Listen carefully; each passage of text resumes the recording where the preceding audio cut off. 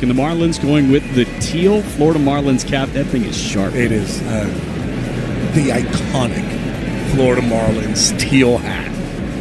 It's perfect. Freddie Peralta ready to go. Xavier Edwards, a switch hitter, batting left. Digs in. And packed house for first pitch at American Family Field. And we are underway. First pitch from Peralta is in there for a called strike at 3:13 p.m. We got gifted a hat. We did. Will Simon, the phenomenal clubhouse manager for the Miami Marlins, gave us the teal Florida Marlins caps. Our one pitch is cut on and missed underneath 97. Maybe some extra juice for Freddie Peralta. I mean, look, he throws in the mid-90s. He's going to be anywhere between that 95, 96, but he can ramp it up, just like we just finished seeing. They're at 97 miles an hour. But what he has, it's just the ride on that fastball. It stays on plane so long, you almost have to think like you're chopping down when you're hitting. 0-2. This is upstairs. Heater eye high at 96. One of the other things to kind of just stay aware of with Peralta is that when he gets ahead in the count, 32% of the pitches that he throws are not in the strike zone. Or 1-2, a little chopper foul right side. So only 32% are in the strike zone. Yeah. So 68% or 68% are going to be out of the strike zone when he's ahead of the count. So he's going to try to get you to chase. You can combat that of being just selective. 1-2. X takes up and out a heater at 96. It's very similar to what the Marlins want to do, right? It's fill up the strike zone, get to 2 strikes, and vacate the strike zone. Get out of there entirely, throw strike to ball, and make them chase, hunt punch-outs. And that's what Peralta does. 2-2 is one to that and miss. 95 off the plate away on the chalk of the other batter's box. And X swings underneath it. That's a punch-out for Peralta. One away, top of the first. And that's where, if you're a hitter, you got to be selective, especially when you know that Peralta is ahead in the count. You know that he's going to try to live off the corners. He wants you to swing at the pitches that are not in the strike zone. Freddie Peralta, a 29-year-old from the Dominican Republic, on one of the most team-friendly contracts you will ever see. First pitch to Jesus Sanchez, a buzzing fastball in the outer black, a called strike, 0-1. Freddie Peralta is on a multi-year deal. He signed as a young pitcher with the Milwaukee Brewers.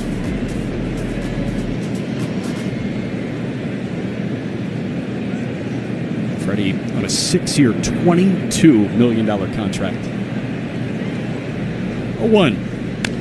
On a little dribbler off the end of the bat from Sanchez. The count is quickly 0-2. Yeah, the thing with that contract, too, is that they have a team option in 26. So usually a team is going to be picking up that option when he's throwing the way that he's been throwing. Of course, and I think it's under $10 million, too. One away, top of the first. 0-2 from Peralta. He is taken just up and out. That might have clipped the outside corner, but not the case. Ball and 2 strikes on Sanchez, playing in his 82nd game this year. Jesus Sanchez hitting .262 with 9 homers and 34 driven in. Peralta off the third base side of the rubber, fires the 1-2, and it's cut on and missed. Sanchez way out in front of a slow curveball. Was it 95 and then 75 on the bender for out number 2?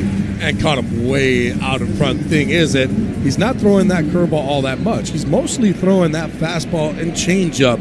Now, he does have the curveball, but it's tough when you're looking at 95, 96, and all of a sudden you get dropped in a 76-mile-an-hour perfectly placed curveball. First pitcher to Agustin Ramirez. He swings and misses at a curveball at 80, so he can change speeds on the breaker too. But the mix for Peralta, he's about 60% fastball. And this is the benefit of establishing your fastball, right? You're thinking heater, heater, heater, and then all of a sudden a changeup at 90 catches you off guard. A curveball at 75 catches you off guard, and he has a mix-in slider as well. 0-1 to Agustin. That one cracked out to center field and deep. Perkins is back. He's looking up. Perkins leaps up. It's off his glove, and it rolls over the top of the wall. It does come back. Agustin chugging for third base. Relay, he's in standing up at third. I could have sworn that ball went over the wall, and it did. It's gone. Straightaway center. Augustin Ramirez with a solo shot. 1-0 Marlins right away. Yeah, I think they're going to want to take a look at this one because the way that ball hit, it looked like it was just kind of at the top of the fence. I don't know if it hits anything behind. And it's going to be interesting to see where this ball is. This will be a crew chief review of the home run call on the field. We just looked at the replay here. What did you see there? Because it looked like the ball was dancing on the top of the wall and then kind of came back into play. I could have sworn, I said it in real time, I could have sworn that ball was over the wall. Blake Perkins reached up. He kind of sort of brought it back, and then it danced on top of that yellow line. It seemed like it was rolling there, and then it popped back into the field of play. It's really bizarre, and I'm curious what the umpires deem with now, this. They do have a black wall that's behind that is very close to the fence. But I think there's a little bit of space, and it didn't touch that black wall. But it's barely there. The whole entire concept is going to be, is there 100% of proof that it didn't touch that black wall behind? It's very similar to the Dane Myers play from a couple weeks ago where Dane brought a homer back and didn't catch it. Blake Perkins reached up. He got it with the edge of his glove. It was inside of his glove.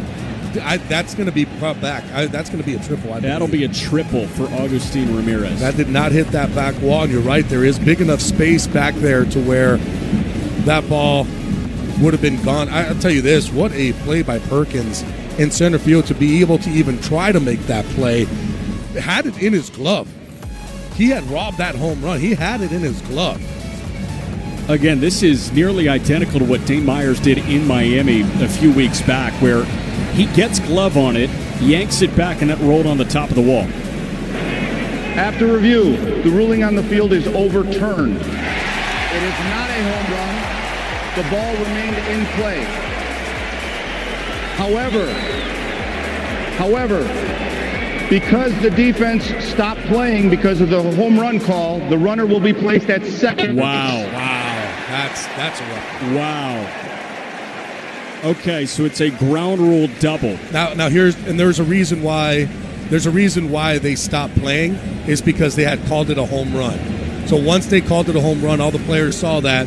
They just basically threw that ball in. Clayton McCullough is coming out saying, my guy never stopped. He kept on running, but the umpire at second base is the one that basically said, no, and that's John Bacon, who said, no, that's a home run. As soon as the infield sees that, they just stop it. So Augustin, I mean, he kind of jogged to third base. He went in there standing up. They didn't really play that thing all the way through, so they have to score that a ground rule double. Man, I could have sworn that was a home run, but that's a tremendous effort from Blake Perkins, and Augustin will settle for a ground rule double. That's Gus's 23rd double on the year. Now, here's the other thing, too. If Gus would have gotten out of the box quick and not, I think he felt like he hit it out, and he was kind of jogging to first base, would have been a different story. Now Augustin takes off to third, and he will swipe third base without a throw. They fell totally asleep on him. Augustin with a stolen base, his second in his major league career. So a ground rule double and a stolen base on the first pitch. That's hilarious. The de facto three-bagger. The 1-0 pitch to Kyle Stowers is in for a called strike. 96 of the knees, 1-1. He will never have an easier stolen base than he just finished having right now. He started running way before anybody even knew that he was off. Freddie Peralta didn't even look at him at second base. And the third baseman, Caleb Durbin, didn't even go to cover the third base bag. Two men gone, top of the first. 1-1 to Stowers. Misses outside. That was a changeup from Peralta. Now, this is where it's going to be really interesting for Stowers, right? It's a righty-lefty matchup. There's a base open. Right now, the Brewers basically are circling Stowers as the guy who you do not want to beat you. 2-1 pitch, misses low and away. A changeup, 3 balls in the strike. So now it's about, for Stowers, it's being patiently aggressive, right? Like, you're going to be aggressive in the zone when you get your pitch, but then understanding, too, when situations arise like this, probably won't be. Now, you got to still be ready to hit it, but take your walks. 3-1 pitch, he's swinging away, and he fouls it back. He got a changeup. And that's a perfectly placed changeup, right on the outside corner. The only thing that Stowers could really do on that pitch, if he wanted to, is just hit a line drive to left field, get the base hit. Yeah. So they're not going to just give him something for him to go ahead, power, and turn around for a home run. Augustine at third, 3-2 to Stowers from Peralta. His pop back and foul left side and out of play. That was a fastball that was, again, in the other batter's box, well off the plate. And that's where Styles needs to start kind of understanding it's hard when you're a hitter and you haven't been put in that position. And that position is they're not going to pitch to me. 3-2 again. That one missed low. It was a curveball. Stowers held back the check swing, and he draws a walk. So runners at the corners now, and the American Family Field crowd does not love it. They don't love that Stowers didn't go around or that pitch was low. I mean, it was down. Low. And Stowers did a good job of holding back on that and not swinging. Now, for Stowers to get pitched to, you're going to have a guy like Otto Lopez, who's hitting behind him, do some damage. He needs to get some balls. He needs to get the RBIs. That way, teams aren't just saying, we're just going to walk Stowers. First pitch to Otto. Now what a fastball, perfectly placed on the lower outside corner, 0-1. I had 1 year where this happened to me. It was in 2011, my All-Star year. Kind of same situation. Yeah. Where second half of the season, guys were hurt, and I wasn't getting pitched to. And early on, it was tough. But you started to get used to not swinging. Well, one pitch misses low, another heater at 97. Now, it's got to be such a fine line you toe between patient and passive. And yes. You got to make sure you don't get to passive. Yeah. Here's a big situation, too, depending on the outs and situation of the game. 1-1. Lopez rolls one over to third base. That jumps up on Durbin. He goes the short way to second, and they get the middleman Stowers at second base. So a 5-4 fielder's choice. Blake Perkins just took a homer away from Agustin Ramirez and kept that runoff. Let's see if we can figure out the following baseball slang term. Today's phrase is Oppo Taco. Do you know what it means?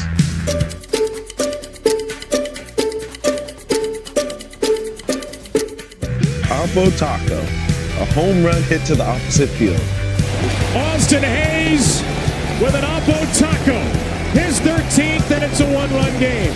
Expand your vocabulary by listening to every game on the MLB app and MLB.com. Great moments in baseball have been broadcast on the radio since 1921. Smith corks one into right down the line. It may go. Go crazy, folks.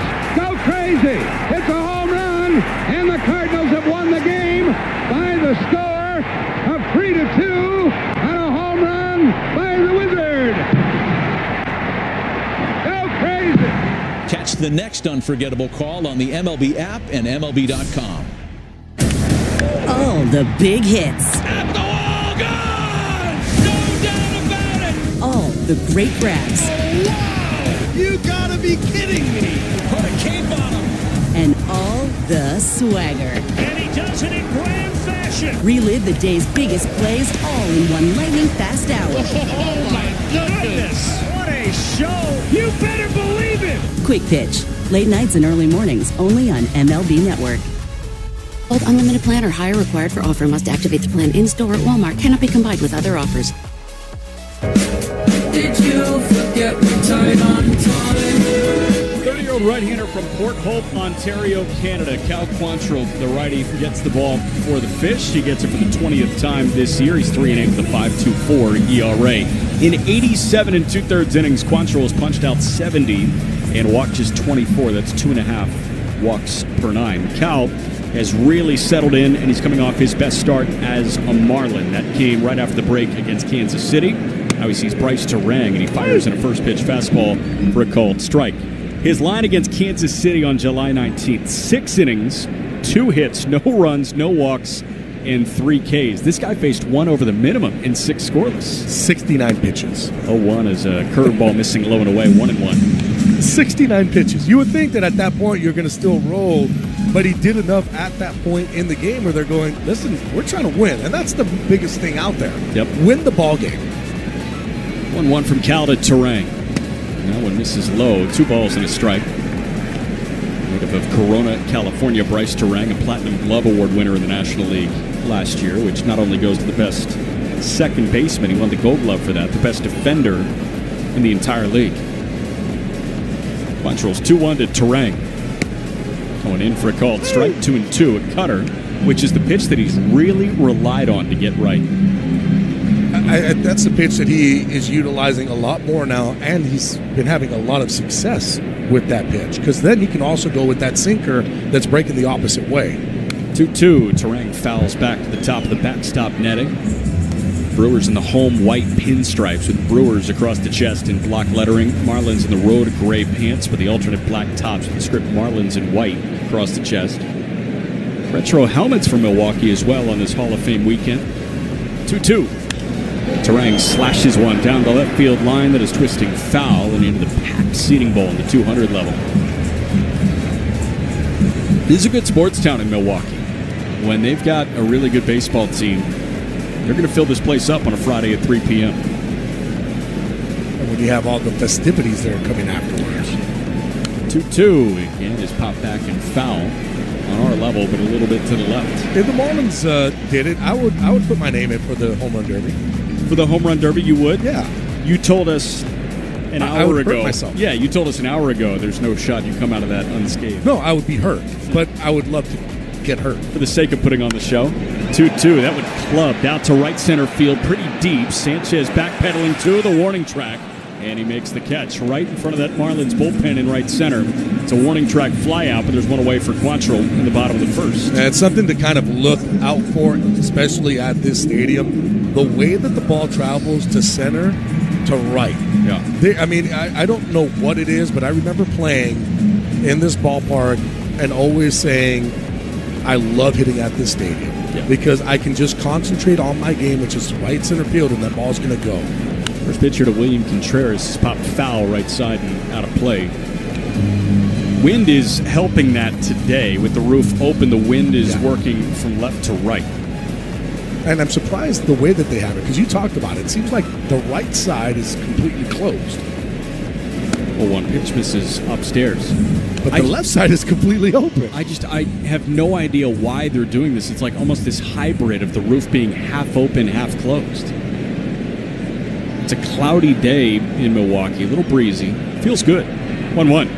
Contreras takes low and away. Would you say a third closed? Yeah, I think that's fair. You've got two of these huge panels that have been shut on the right side, but it feels like they have a little bit more to go. 2-1 to Contreras. In on his hands, flicked into right center field. Myers on the move. Dane's underneath, and he makes the catch for out number 2. Set the defense for the Fish real quick. You got Wagaman at first, Edwards at second, Lopez at short, Pauly at third. Outfield left to right is Stowers, Myers, Sanchez, and Hicks doing the catching for Quantrill, the Canadian connection. I like that. That's what they're calling it. That's what they're calling it? Well, Cal calls him Hicksy. I thought Hicksy called a great game today. First pitch to Christian Yelich is a chopping ground ball to the forehand of the second baseman Edwards. He's got it, and he flicks to first in time. 1-2-3 inning for Cal. We're through 1. No score on the Marlins Radio Network.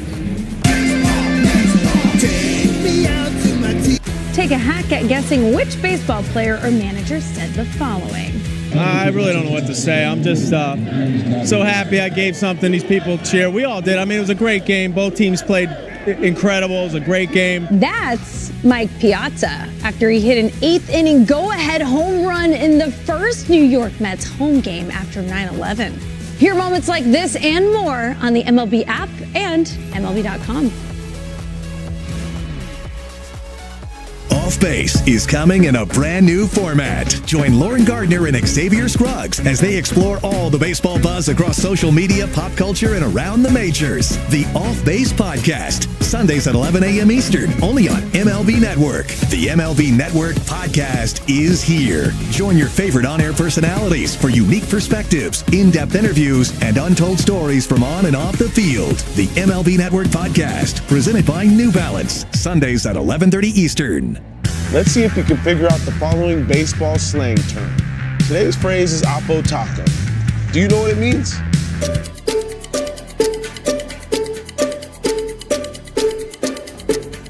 Oppo taco, a home run hit to the opposite field.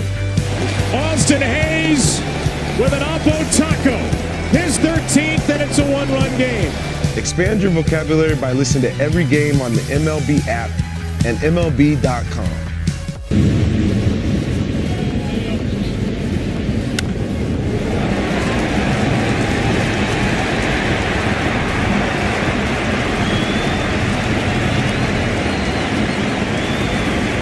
Beverages from your phone at Lone Depot Park this season. Just scan the QR code by your seat or at key points throughout the park and pick up your order at the designated area. Available at select concession locations. Mobile ordering, courtesy of Cantaloupe. We're in the top of the second inning. Liam Hicks was granted time before the first pitch to Freddie Peralta.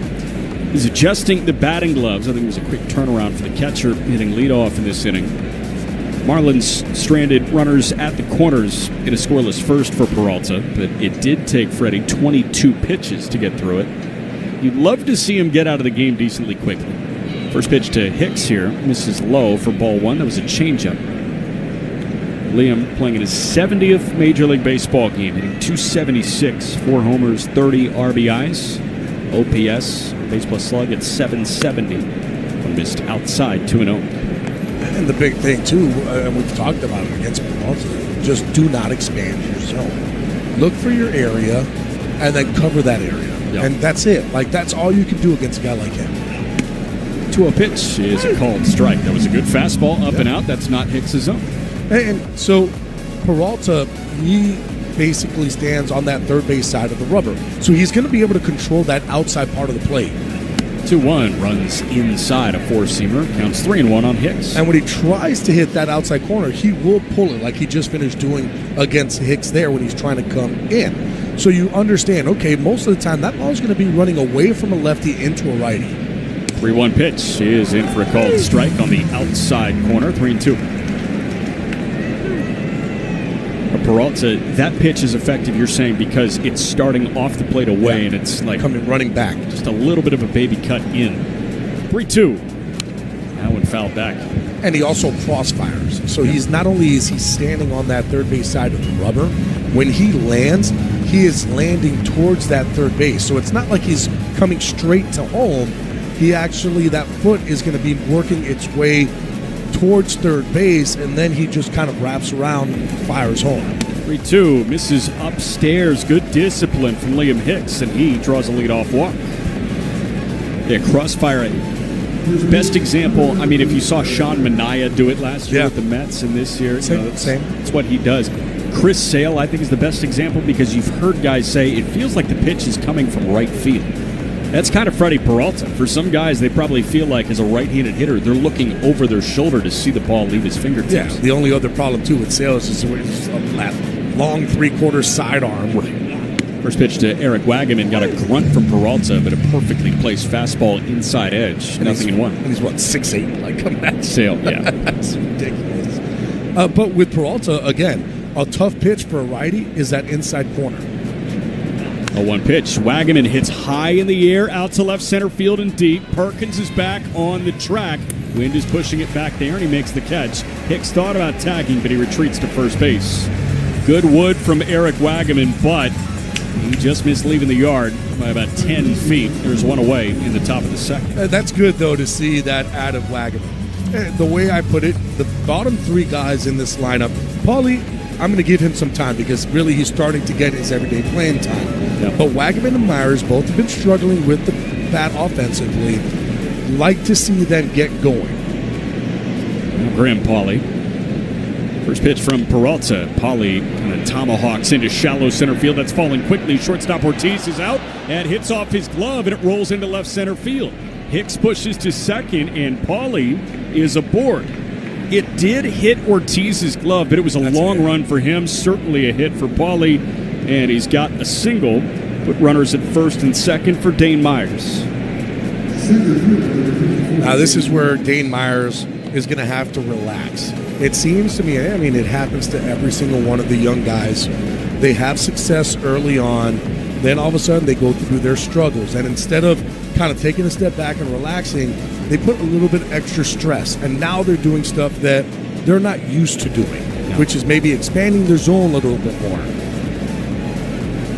2 on, 1 gone. First pitch to Dane misses low and away for ball one. When Dane is at his best, he's a guy that's driving the ball to right center field. Yeah. Well, guess what? That's a perfect place for him to play right now, because if you hit the ball here to right center field, that ball's going to go. It is.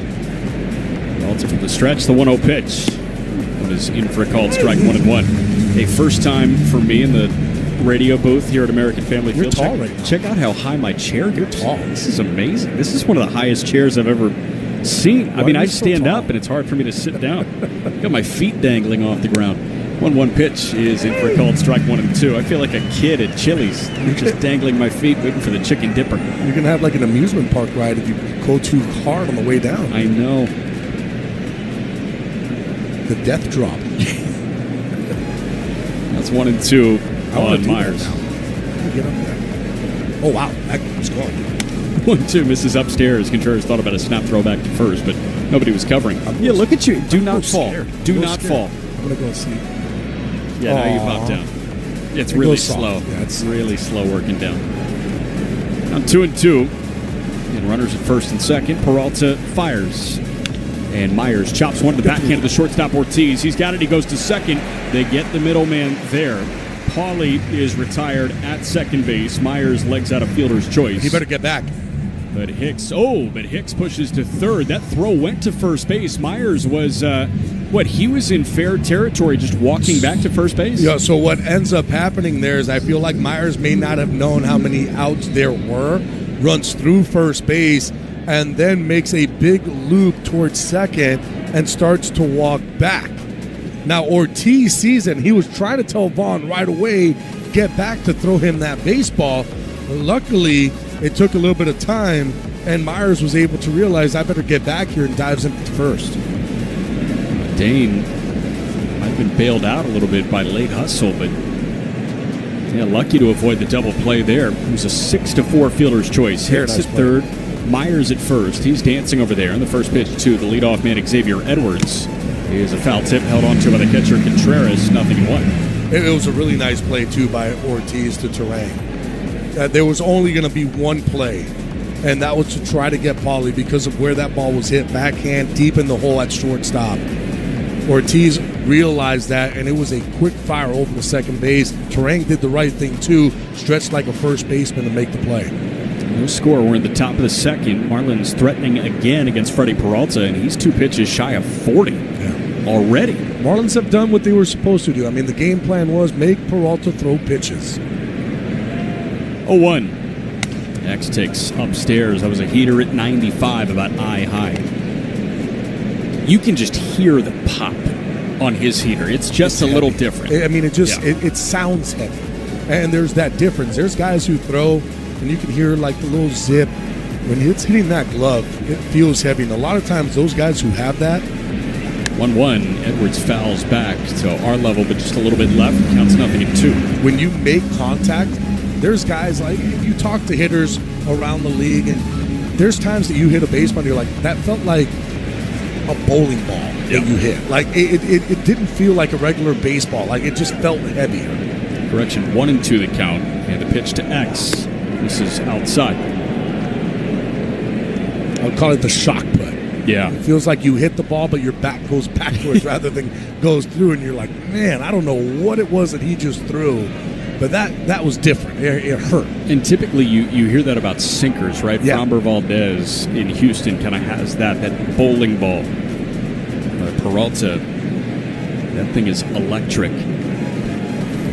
2 balls, 2 strikes. 2 on, 2 gone. Peralta set at the belt. And his 2-2 is cut on and missed. Extra giddy up on the outer half at 97, and he blows it by X. Edwards is struck out swinging twice, both on the fastball outside. Through an inning and a half, no score on the Marlins. Great moments.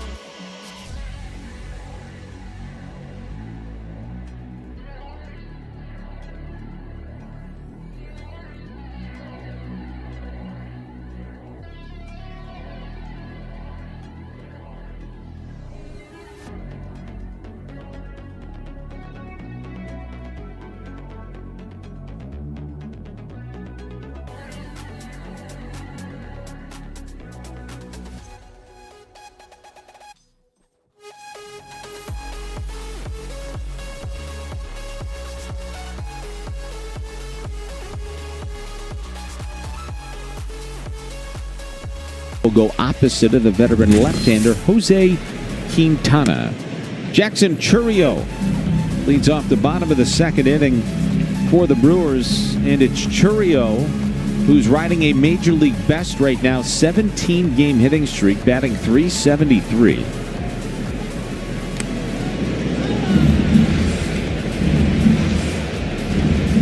'20-year-old Venezuelan outfielder, Milwaukee's top prospect coming into last season. He originally signed with the Brewers as a shortstop for $1.8 million. It was back in 2021. He's fun to watch, and he fits this mold perfectly. I remember when he first came up, he was a little lost. He was a work in progress, especially defensively. Offensively, very aggressive at the plate, but look at the growth that he's had. 272, 16 homers, 65 RBIs on the year.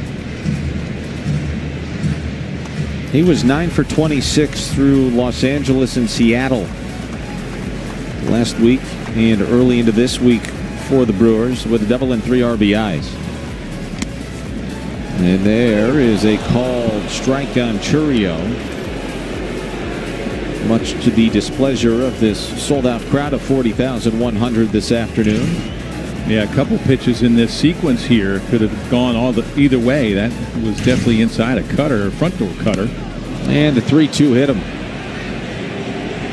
On an appeal, they said he went around. And now Chourio is struck out. I'm not even sure that he knows. No, he thinks he got hit by a pitch, and I think he might have went around as well. Let's watch this. Ooh, no, that's a bad call. Yes, it is. That is a really bad call. Yes, it is. That wasn't even close. His whole body didn't even start his swing. There's not a whole lot Pat Murphy can say. Obviously, Chourio is upset, and who could blame him? That was a bad call by Tony Randazzo, the umpire at first. Here's an overhead look at it.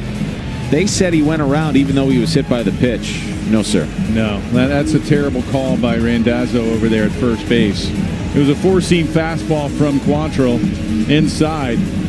There, it gets him off the fingers. I don't know what he was looking at. That's a break for Quantrill.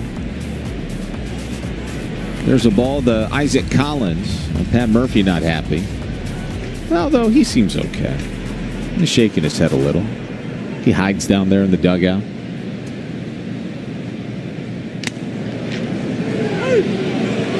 Oh, boy. Wow. All right. Dan Bellino, the crew chief, 15-year veteran umpire, officiated the 2021 World Series in the last 3 World Baseball Classics, for those wondering at home. How about that? I would say he's a pitcher-friendly umpire.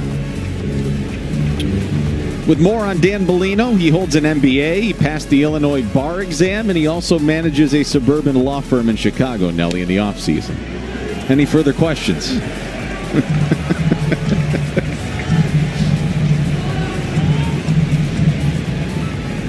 Everybody settling in, long weekend ahead. This is only the second inning. Everybody settled in. Swing and a miss on a 2-2 splitter, and now there are 2 out in the second.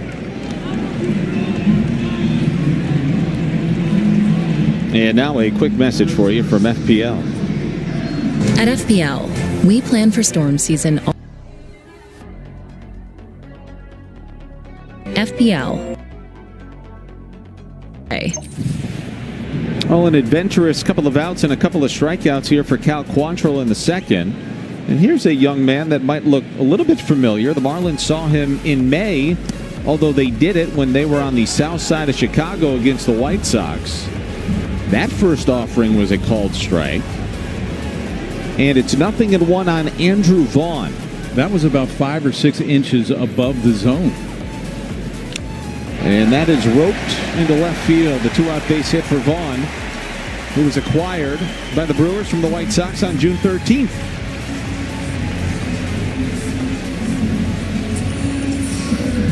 Well, after a fastball up top, he hung a splitter to Vaughn.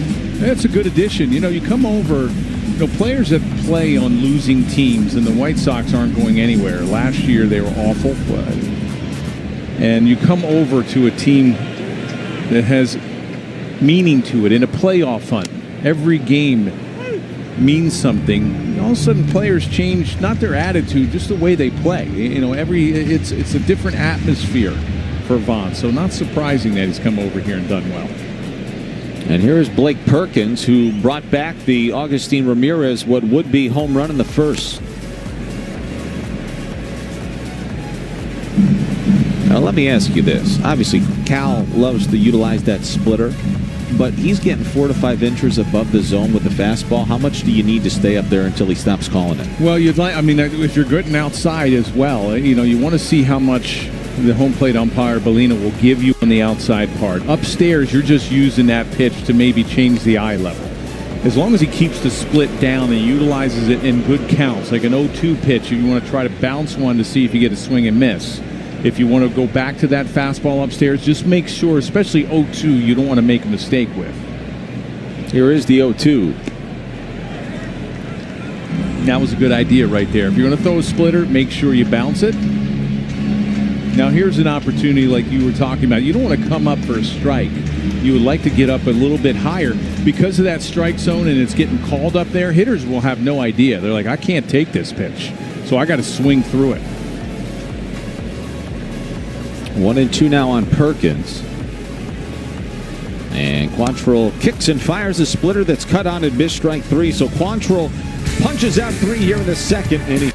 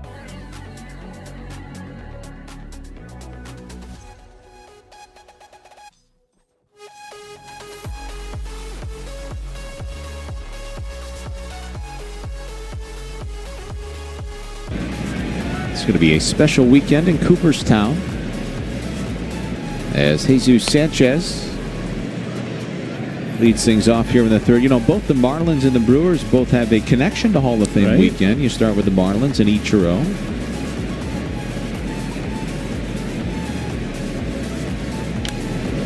Sanchez pops this in the air, foul into the seats. You have the Brewers with CC Sabathia. Did he make it? He did make it. Out on X, his family, I don't know what kind of car they were driving from New York to Cooperstown. They broke down. If you check out CC Sabathia's Twitter, as Sanchez bounces one to third, he was on Route 17 going from New York City to Cooperstown, New York. Then he posted a picture. The family's outside of the vehicle. They were smiling through the pain, and he was looking to hitch a ride the rest of the way to Cooperstown. What did they rent? A 1972 Beetle or something? And they're breaking down on the side of the road? I don't know. Come on now, CC. You know him well? Yes, very nice guy. Outstanding person. And when he came over here to the Brewers, oh my goodness. He pitched like every other day. Yes, he was on every like other day. 24 hours of rest, not 5 days of rest. Got him to the playoffs. You got CC, Dick Allen's going in, Billy Wagner. The one I feel terrible about is Dave Parker. A month shy of getting in, he passed away. Yeah. Here's Agustin Ramirez, who had that eventful double in the first. Pounded a ball to center that Perkins reached up for at the wall, and he brought it back on what would have been Ramirez's 15th home run of the season. See, Ichiro's going to do his speech in English. I didn't see that, is he? I know that was a big question. In English. I'm looking forward to that one. He's a character, too. He can speak English very well. He played it off nicely. He was always making sure that Alan Turner was well taken care of. You had mentioned CC Sabathia in his time with the Brewers. It was short-lived in 2008, but he made 17 starts down the stretch for the Brewers. Had a 1.65 ERA with 11 wins and 2 losses, 130 and 2/3 innings in 17 starts. I think in like 30 days. 30 games. 17 starts 17 in 30 starts, games. or maybe in 17 days as Ramirez yanks this. Fair. No, they said foul. I guess it was just foul. It looked fair from up here. It must have just gone foul.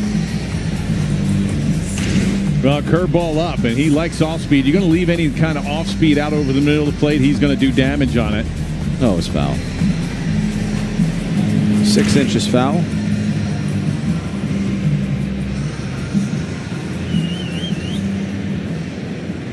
CC, 1 of 4 now, with Kershaw getting his 3,000th strikeout. 4 left-handers with 3,000 or more strikeouts. It's foul. Tipped and hung on to at the plate. Well, we're talking about baseball, Cooperstown, a lot going on throughout the league. Let's take a look at some news and notes for you. Well, with the trade deadline approaching, the first chip has fallen. It was Josh Naylor, the former first-round pick by the Marlins, acquired by the Mariners from the Diamondbacks late last night. Hit .292 with 11 homers and 59 runs batted in 93 games with the Arizona Diamondbacks this season.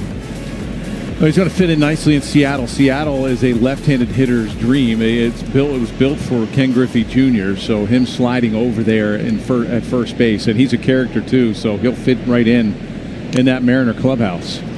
But they need offense. They have great pitching. Their offense has just not been there, and they have a wild card slot now. I think they're 5-6 games out of first place from the Astros. I saw 2. It sounds as if they may be relatively dead set on also getting a Eugenio Suarez. Right. Yeah, they need to add offense. They've had Suarez before. They have a lot of good young pitching in that organization, so that's what teams want, is good young prospects. Yankees acquired Ryan McMahon earlier today. Mets got Gregory Soto from the Orioles. It has begun.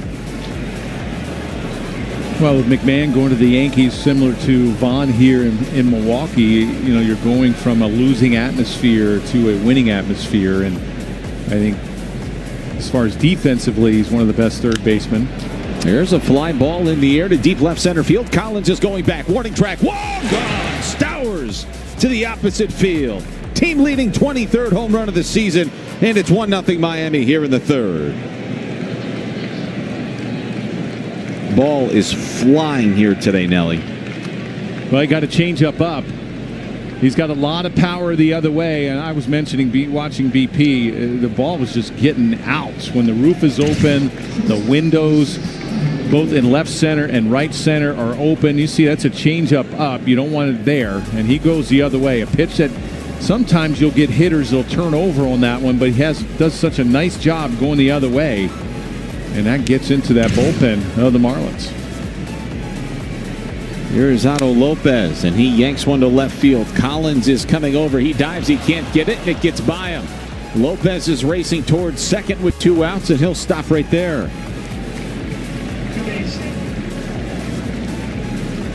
Rather, I think that was the Brewers bullpen. Yeah, the Brewers bullpen out there where Stowers hit that ball. Again, another 2-out run for the Marlins.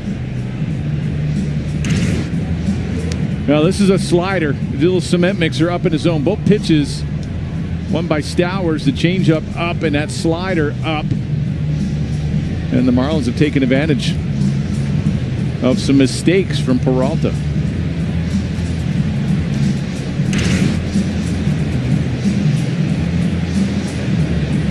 The ball is flying here today about 45 minutes before the scheduled start time. They had shut the roof on half of the ballpark. You do have to wonder if that impacts the wind flow through here at all. Now, it's a great park to hit in general. It's hot. It's the summertime. The ball's going to go. But you wonder if the roof might play a little bit of an impact. Here's Liam Hicks, and he watches a changeup downstairs. What do you think about that, Nelly? It could. I mean, those windows out there, so I'm sure the wind comes in and then swirls out. The windows both on each side of the scoreboard. There's the one to the left side of the scoreboard, wide open. I don't ever remember a time coming to American Family Field, formerly known as Miller Park, where just half the roof had been closed. I had always either seen it all the way open or all the way closed.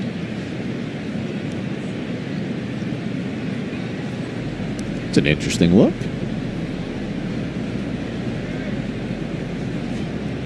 Ooh. Ouch. Liam Hicks hit by a pitch.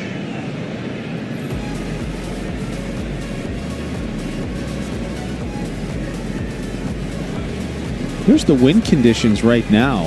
Look at this. So it's blowing in from left center and center, blowing out to dead left, out a touch to right center, and in from right.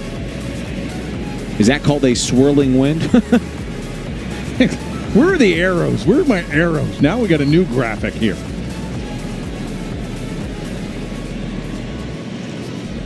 That's interesting.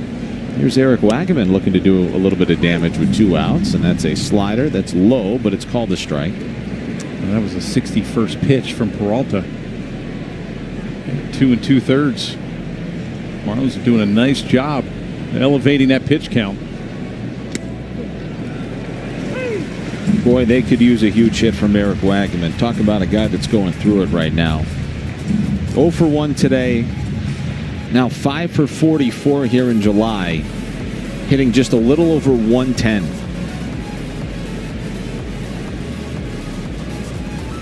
Lopez at second with Hicks at first after the hit by pitch here in the third. Kyle Stowers with a solo shot to the opposite field has made it 1-0. As Wagaman waits on the 0-2. Wagaman was going pretty good earlier in the season, Nelly. What do you think has changed? Well, we have 2 outs. When we come back, I was watching him and Myers over the weekend, or over in the beginning of the week. They were taking extra BP.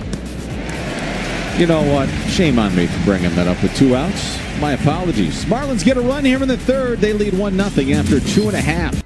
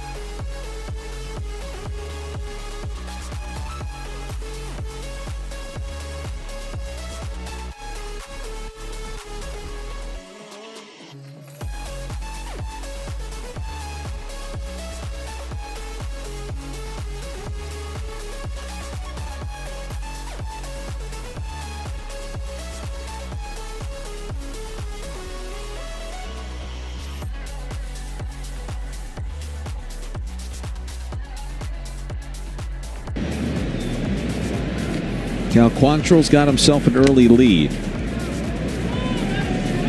Pat Murphy was out having a conversation with Dan Bellino, the crew chief and home plate umpire, in between half innings. I wonder if he was letting Dan know, let's get things tightened up a little bit. Well, that pitch was usually a strike. That first one, you're saying? That first one, that's been called a strike by Bellino.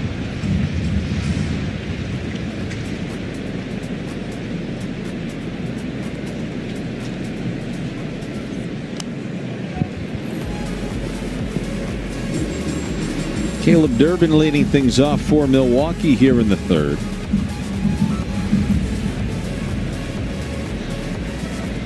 Cal Quantrill been really effective so far as he kicks and fires a 1-2 that's popped up on the infield.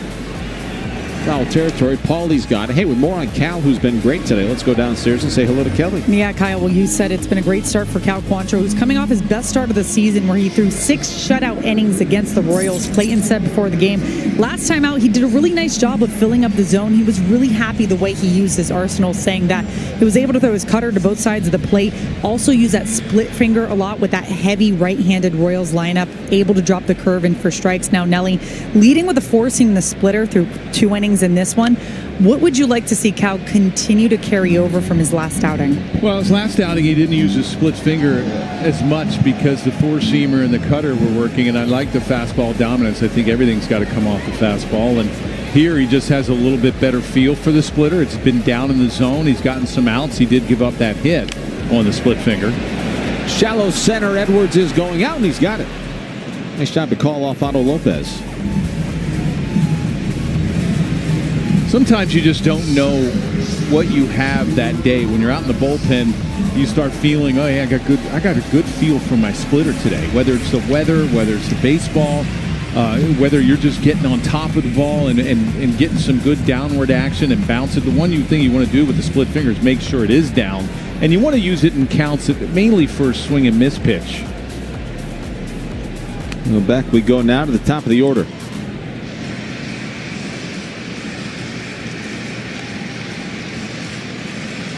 I don't imagine teams will be calling on Cal Quantrill over the course of the next week or so, don't you think? Well, if he goes out and has a good start today, I mean, that would be 2 in a row for him. Well, he had that really good May, too.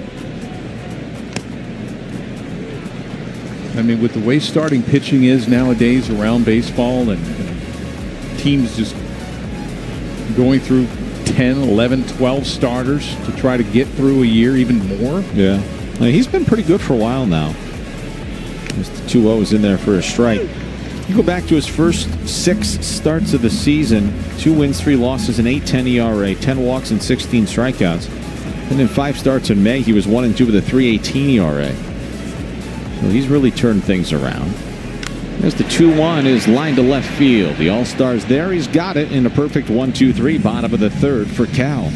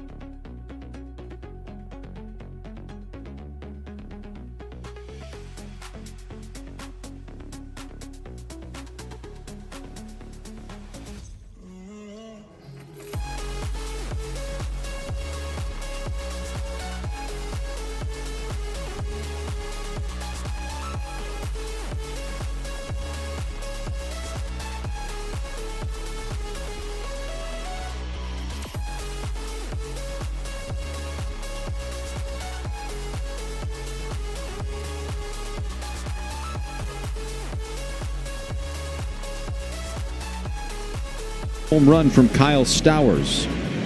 Graham Pauley is 1 for 1 today. He leads off the top of the 4th inning for Miami.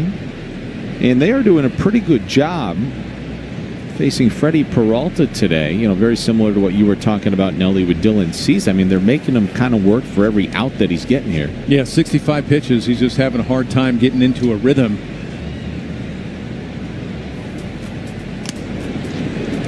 The one thing he does with his fastball, he'll go from 92 to about 97. He like adds and subtracts with that fastball.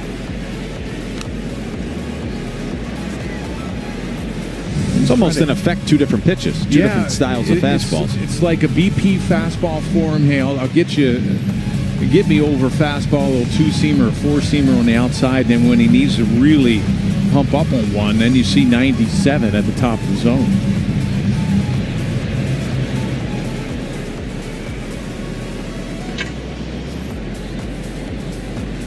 One, 2 to Graham, misses outside.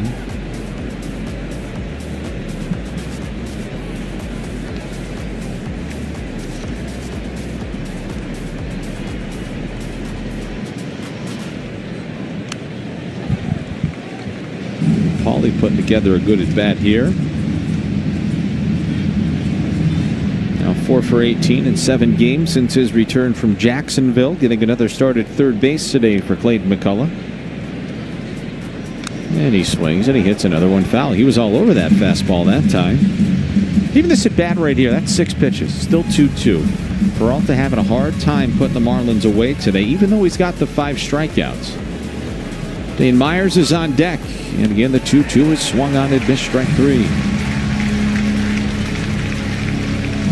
That is 6 strikeouts now for Freddie Peralta today as we take a look at this afternoon's Baptist Health matchup for you. That last offering was a curveball, but you had mentioned his slider.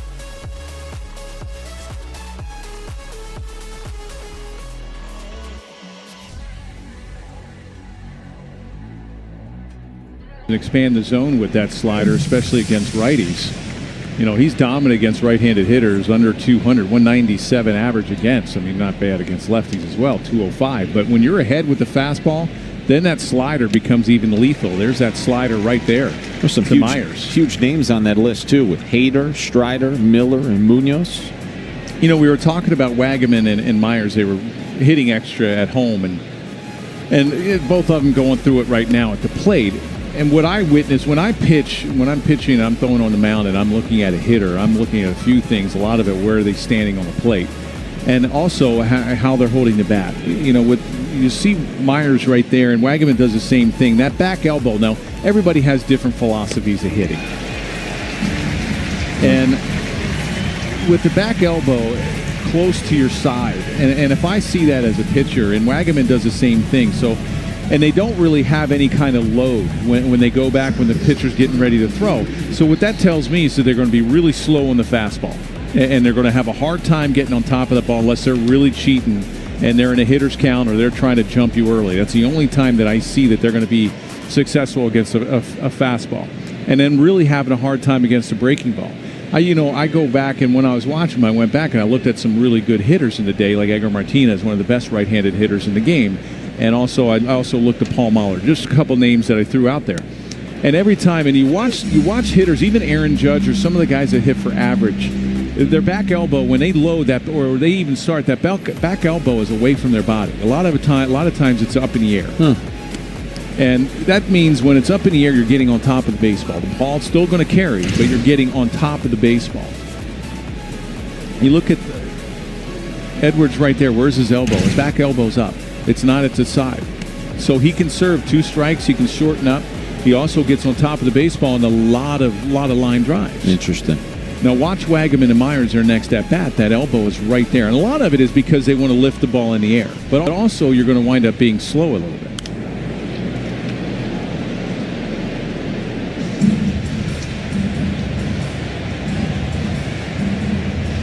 All right, welcome inside the broadcast booth, everybody. So what I'm talking about is when you're hitting, this is a hitting.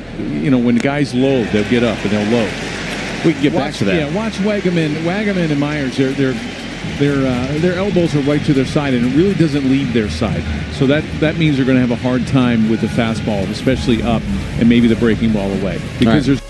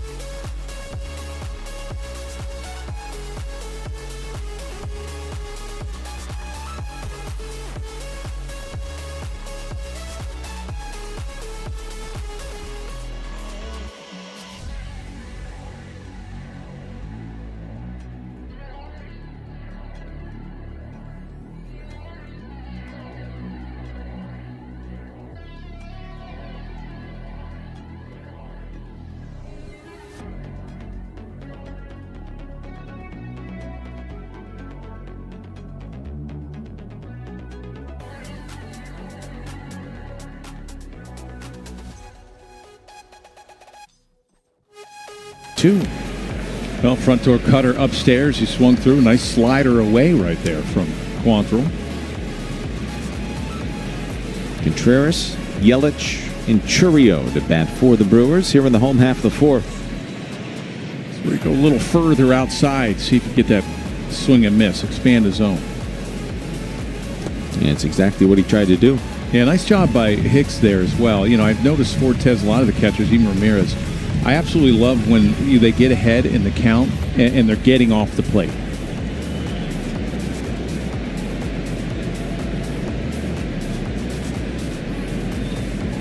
Looks like they might want to go right back out there. And they do. Contreras 0 for 1 today, flew out in the first.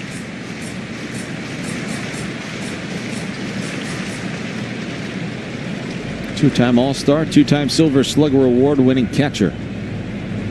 Originally signed with the Braves, made his debut in 2020.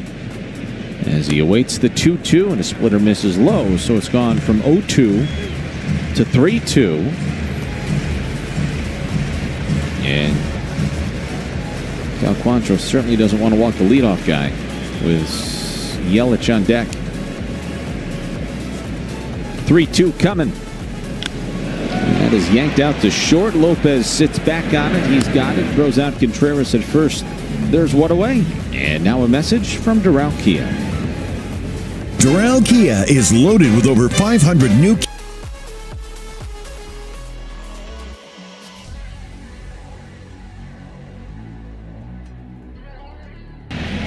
Here comes Christian Yelich, riding that 29-game on-base streak. He grounded out to Xavier Edwards back in the first. Leads the Brewers in homers and RBIs. Here's our Coors Light beating the pressure for you this afternoon. With Yelich at the plate, the longest active on-base streaks in Major League Baseball. Yelich at 29 and Chourio riding that 17-game hitting streak. Off the fist into shallow center where Lopez is awaiting it. And there's two away for Cal. Boy, he looks sharp. Yeah, that was a good cutter in on the hands of Yelich.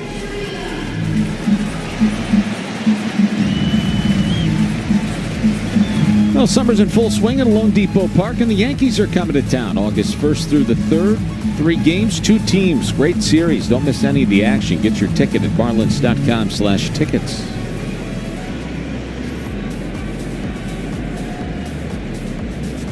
Here's Jackson Chourio. He's hacking away at the first one he sees.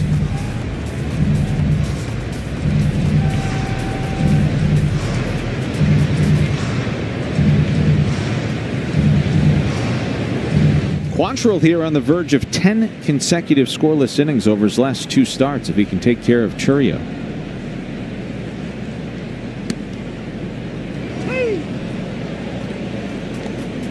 It's a beautiful slider. Quickly, no balls and 2 strikes on Chourio. Quantrill punched out back in the second.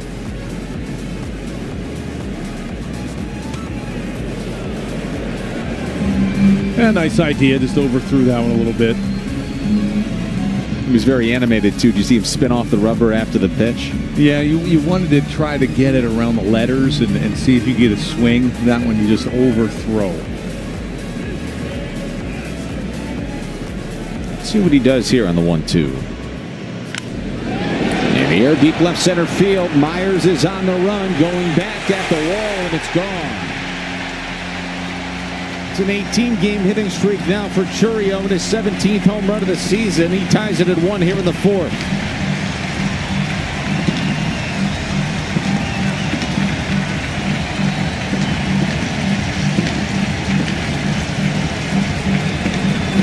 Well, we talked about the splitter and where that split finger should be, and it should be down in the dirt.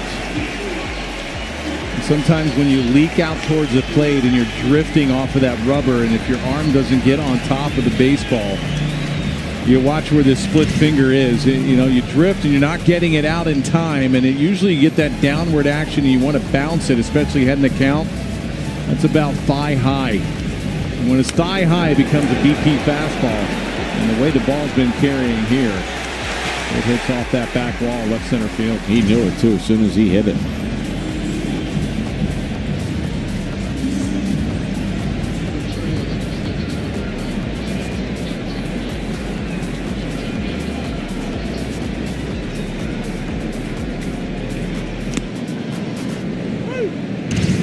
Hey, you look at this split. There's that grip there, and you just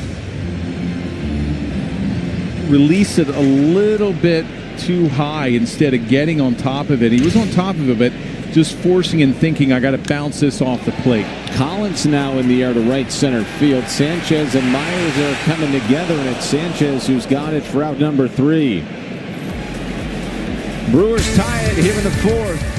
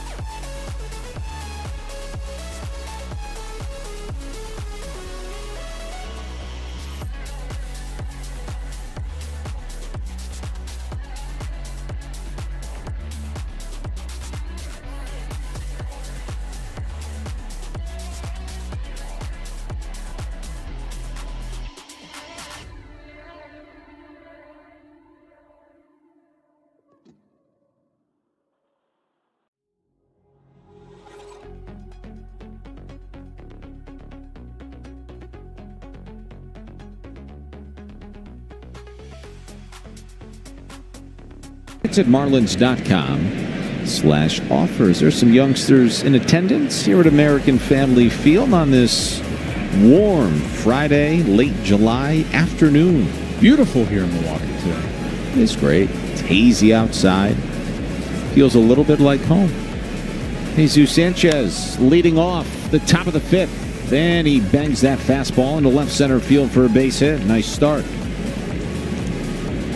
All right, let's go downstairs and check in once again with Kelly. Hey guys, we wanted to wish a big congratulations to Lake Bacher and his wife Stephanie on the birth of their son Ledger Scott Bacher. What a cutie there he is. Baby Ledger.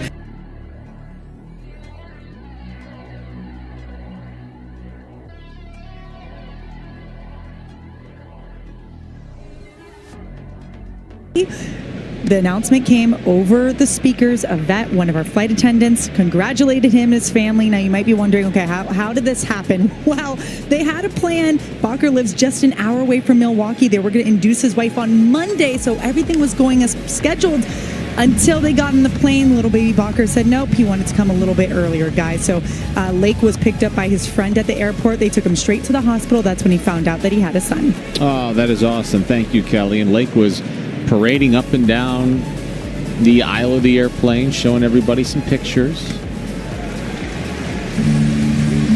So the Marlins did have to make a roster move with Bacher going on paternity leave. And our friend Freddie Tarnock is back from AAA Jacksonville. He had his feet put right to the fire earlier this season when he made his Marlins debut. As the 1-2 to Augustine Ramirez misses low. You know, Lake Bacher must have been a little bit upset, though, Nelly, because he had purchased a lot of ghost hunting gear, if I understand correctly. Who did? Lake Bacher. Did he? And unfortunately, he is unable to go on his ghost hunting adventures. He had a son that he had to come a little bit too early for his liking, I suppose. Well, hopefully he kept the receipts. Just send it right back. Amazon. Well, maybe St. Louis, he can go out hunting. 2-2 to Ramirez. Misses low ball 3. Now, you mentioned earlier that you felt as if Freddie Peralta's pretty slow to the plate. You got to wonder here in a full count if Sanchez will be going. And he takes off, and the 3-2's hit foul. You expect him to go again, being that Peralta pretty slow to the plate to stay out of a double play here? I would. Brewers, that was a changeup, so I think most likely you might see a fastball away here, so you better be able to get a good jump. You know, if he's going to throw a fastball away, you better get it away because he can hammer a heater. And this is in the air, deep down the right field line, twisting towards the pole, and it goes foul. Yeah, fastball away. And it was meant to be a little bit more away than it was. That was at the top of the strike zone at center cut for Augustine. He was a little tardy on it. Does he go back to it? I think he goes off speed here. I think he tries that slider. He's already thrown him 2 sliders in this at bat. Sanchez again takes off, and that is ripped. And he went to a curveball. And he was way out in front of it. Now he's just got to straighten this thing out. Again, you leave any off-speed pitch out over the middle of the plate to Ramirez, he crushes the ball. Tied at 1 here in the 5th. This will be the 9th pitch of the at-bat.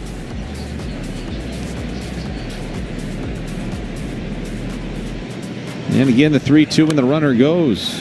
That time, Sanchez actually hit the brakes. He might need an inhaler.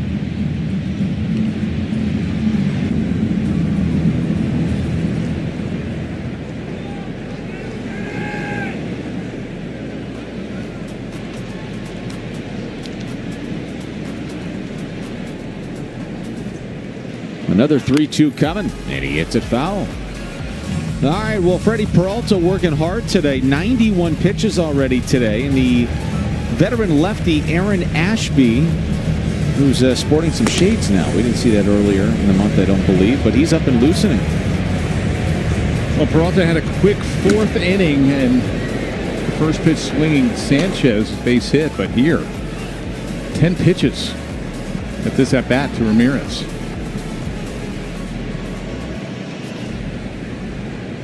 Number 11. Ground ball to second. This time Sanchez didn't go, and it's a 4-6-3 twin killer.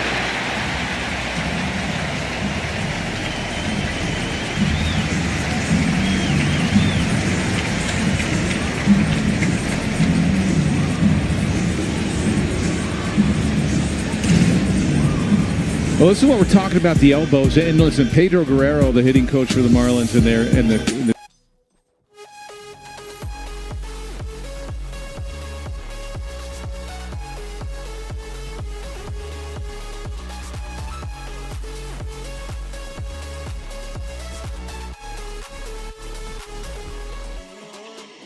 really good hitter that hits for average and also for power. You're going to see their back elbow out. But Christian Yelich, one of the best hitters in the game from the left side, you'll see that back elbow up in the air. And it all depends on how high. I mean, some really get it up high, but you're getting on top of the baseball. And I know a lot of it with the elbows to the side is, okay, hey, this helps you get the ball in the air. But still, if you have your elbow and you don't, but to the side, you don't have any kind of load to that and get it away from your body, you're still going to be late on the fastball, and you're not going to be very good on the breaking balls away either. And Stowers homered in his second plate appearance. That came with nobody on and 2 out in the third. He's got 10 home runs here in the month of July as he waits the 2-0. 2-1. 10 home runs for Kyle Stowers in the month of July. Nearly half of his season total.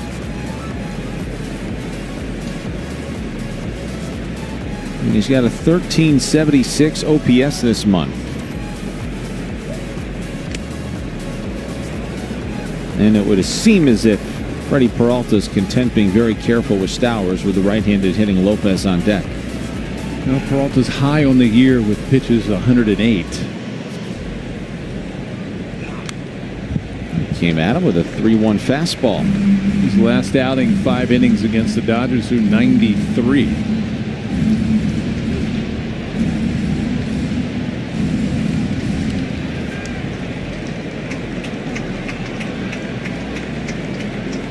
Now a 3-2 coming from Peralta to Stowers.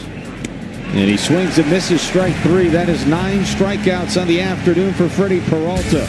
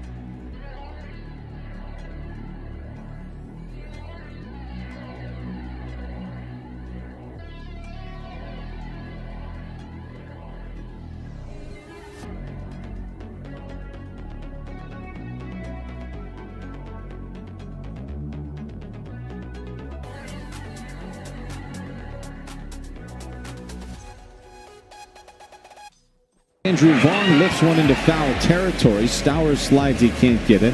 It's 0-1. Bob Costas is an institution when it comes to baseball history. I'm sure he'll be there in Cooperstown, and he'll join Mike Golick Sr. and Mike Golick Jr. to recap all the action on Monday. Yeah, you got that right. I'm looking forward. We're not going to be able to see the induction speeches live, but I'm looking forward to seeing some of them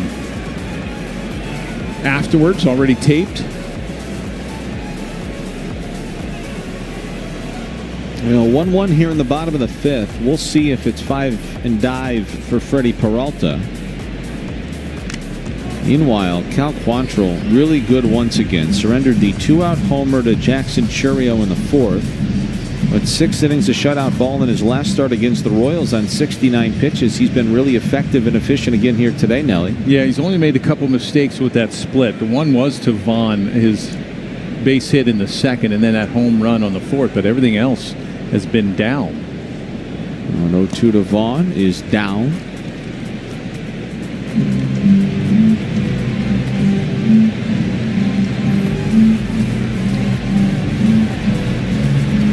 Grabs that splitter grip, and he gets ready to go again. Vaughn singled in the second. It'll be him, Perkins, and Durbin due up for the Brewers, bottom of the order. 6, 7, and 8 here in the fifth. There's a line drive smash to center field. Myers came in, has it played perfectly, and there's one away.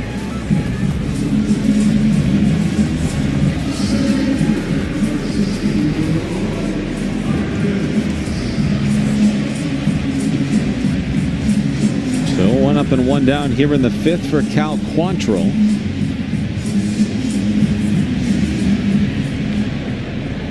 It'll bring Blake Perkins to the plate. 0 for 1 today, hitting .222 now on the season. But he hasn't been back all that long. He actually returned a little less than 10 days ago. He had missed the first near 100 games of the season with a fractured shin that he suffered during spring training out in Arizona in the Cactus League.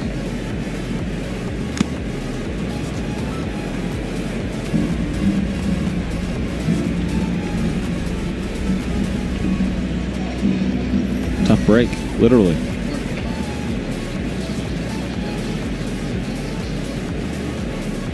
He's got that shin guard that goes all the way up basically to the bottom of his knee. He pops that one in the air. Paulie should have room, and he does. And there's 2 out for Cal. Another good cutter from Quantrill.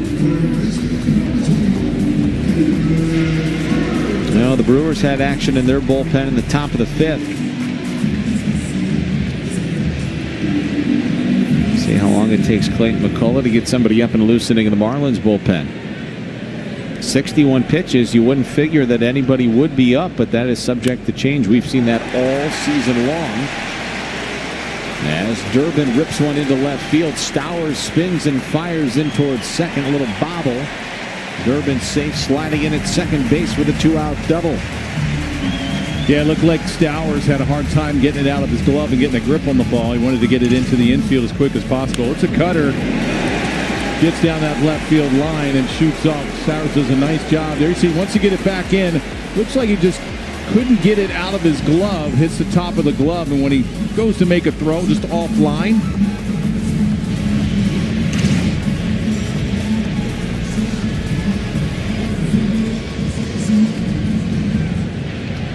Well, here's Joey Ortiz. Tarangi, left-handed hitting second baseman, is on deck.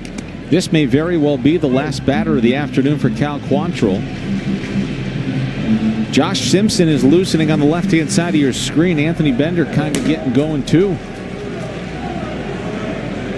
You got to wonder with the lefty on deck if this is indeed the last batter of the afternoon for Cal.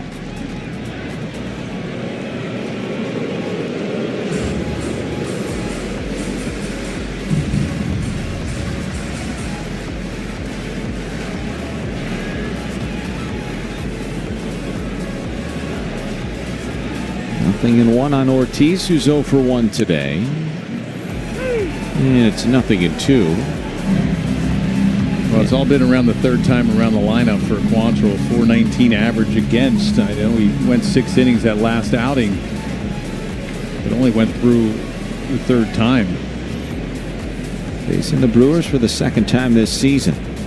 As he kicks and fires an 0-2, a check swing on a ball in the dirt. He went around, according to Tony Randazzo. And the inning is over. So Cal Quantrill works around the 2-out double here in the fifth.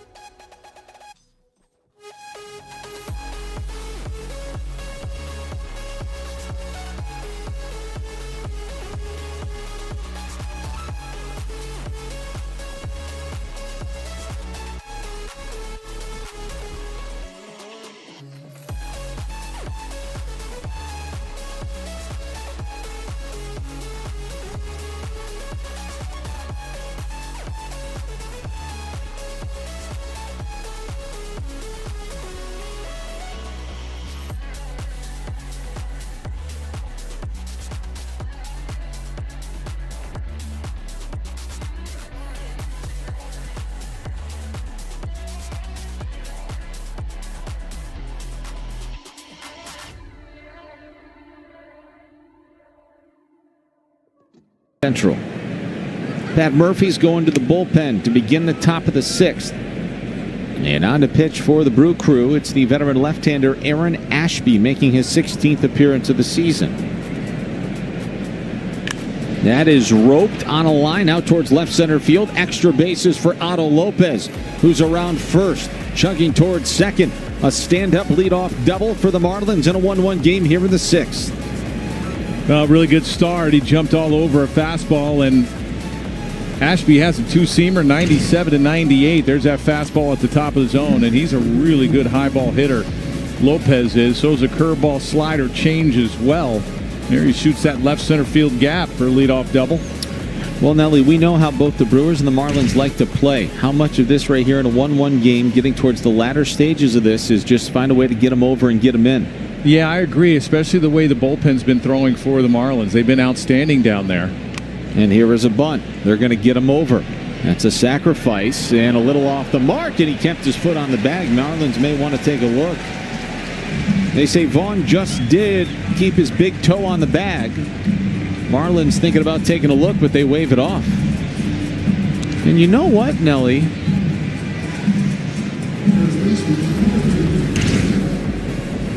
Carson Vitale is at the top step of the dugout, and he was the one that just held up play. I do not see Clayton McCullough downstairs right now, which is, well, I suppose something to monitor.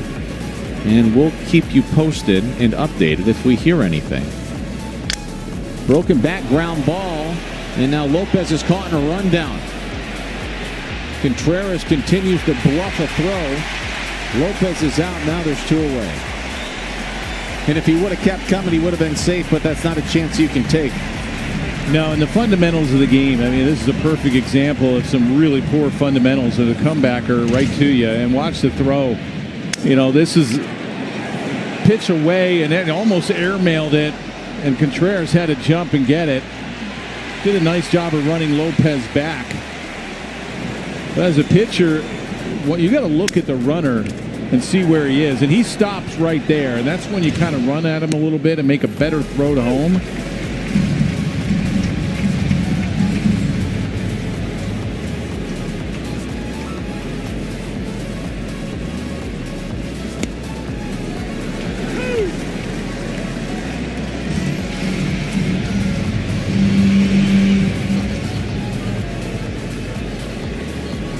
Clayton is back. And you know what he may have been doing? You see, if we were to rewind the tape there and we showed Carson, Daniel Moskis came out of the tunnel. We did not see Clayton. We don't see Cal Quantrill down there. They may have been having a discussion with Cal to let him know that he's out of this game. That may not have been received all that well, but who knows? But the skipper is back to the top step of the dugout as the 0-2 to Paulie misses low. Boy, so a leadoff double for the Marlins here in the sixth. Bender up and loosening. Simpson in the side saddle next to him. A sacrifice. Man at third, one away. Wagaman can't get the job done, and now the Marlins in danger of not scoring in a 1-1 game here in the sixth. And these are the opportunities facing a team like the Brewers where you've got to do the little things right to beat them. Yeah, exactly. And, you know, you're not getting a lot of opportunities there in the beginning. You left six runners on in the first 3 innings and really nothing of late. But that's an opportunity where you had Lopez with the leadoff double. You move him over, outstanding bunt by Hicks, and get him into scoring position. And with one out, you know, round baseball, that's what they do now. You're going on contact. And normally you would hold up, especially if a ground ball back to the pitcher.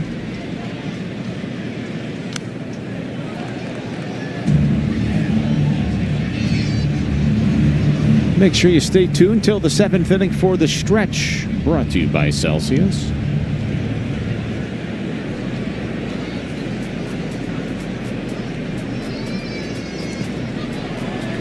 That breaking ball is in the dirt, ball 4. Good at bat by Graham Paulie, and the Marlins have 2 aboard with 2 out. Yeah, real good at bat, left on left. Laying off some nasty breaking balls. That was a curveball from Ashby.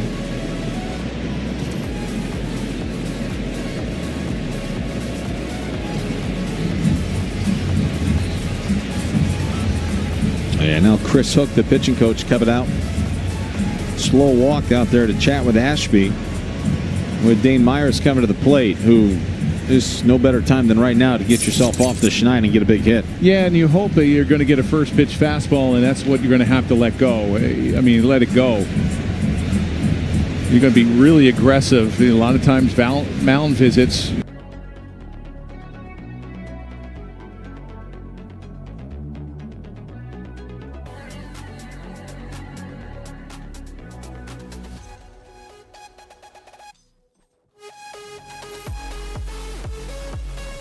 Coming through, and the hitter's in the sun, the pitcher's in the shade. And the first offering here to Dane Myers. It's right there for a strike at 98 miles an hour. You know, Aaron Ashby went to Crowder College in Neosho, Missouri, which is significant because Brewers rookie right-handed sensation Jacob Bizarowski also went to Crowder College. Wow, how about that? Never heard of that college. Sam Hilliard. There was a fastball away at 98 miles an hour that Myers was laid on.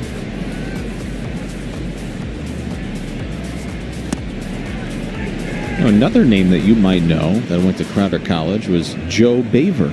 Yeah. He went there. This is what I'm talking about. You know, just comfortable. Look at that back elbow, really tight to the body. And there's really not a lot of load in that swing. So usually when the pitcher gets ready, you're getting ready to load, and that elbow goes up, but not a lot with Wagaman and Myers. Well, Dane is punched out.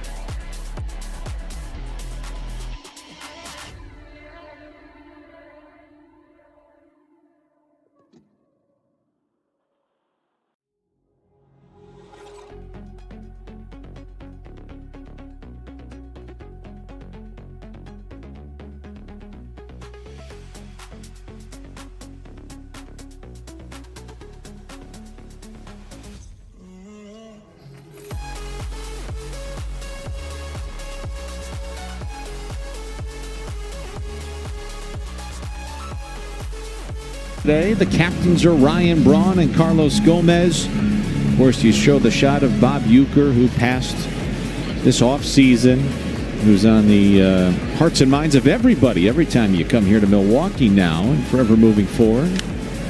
Bryce Terang off the end of the bat into center field for Dane Myers. 1 pitch and 1 out for Josh Simpson. Or make it 2 pitches and 1 out, I should say. Simpson's thrown well out of that bullpen for the Marlins. Actually, everyone has. Simpson and Gibson from the left side, they've been great. Nice ERA, making his 11th appearance of the year. Pitching in some high leverage situations as well.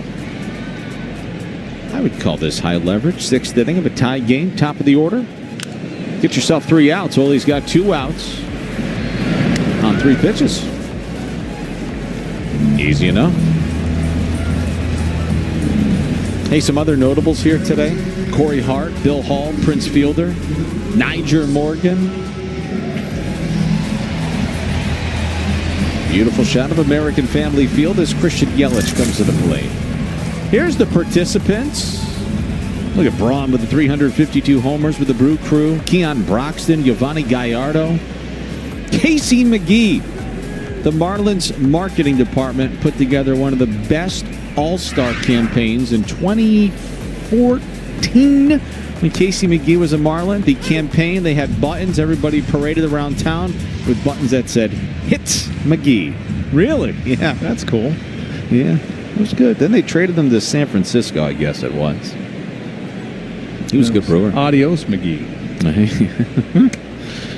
You know, nothing to 2 on Yelich, who's in danger of seeing this 29-game on-base streak come to an end today. Marlins would like to do that. He's hitting .325 over that on-base streak. 1 game shy of his career high, longest active in baseball. We showed you that earlier. He awaits the 0-2, and he chops one foul. Yeah, that was a good campaign. Hits McGee. Hits McGee. Nick Beers, right-hander, loosening. Very similar to the Padres. You get into a bullpen, they're really good. Doesn't matter who it is. Simpson with an 0-2. Missed outside. Now let's see if Simpson comes back with that big sweeper or slider. It's time to expand the zone a little bit down and away.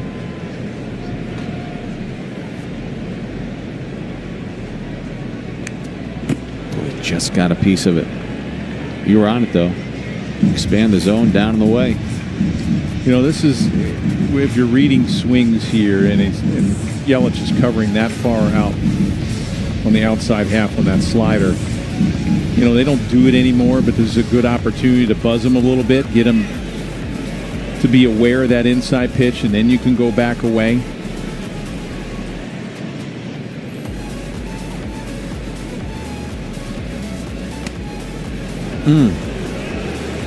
You can see where Hicks was setting up. He wanted that fastball inside. Well, if he actually set up away there, he'd probably get that call. Now the count is level. 2 balls and 2 strikes. This will be the 7th pitch from Simpson to Yelich. On its way. He'll take an 8.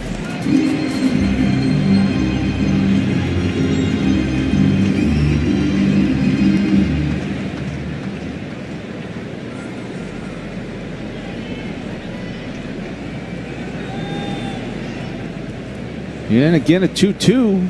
He got him with a sweeper. Nice job by Josh Simpson here in the 6th.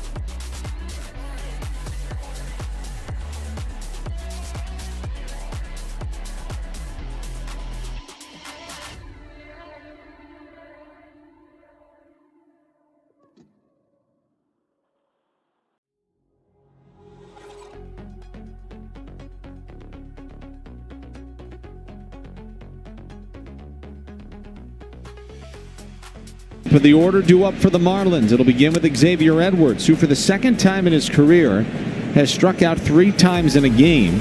The only other time that he has done this was on July 30th of 2024 when the Marlins were in Tampa Bay taking on the Rays.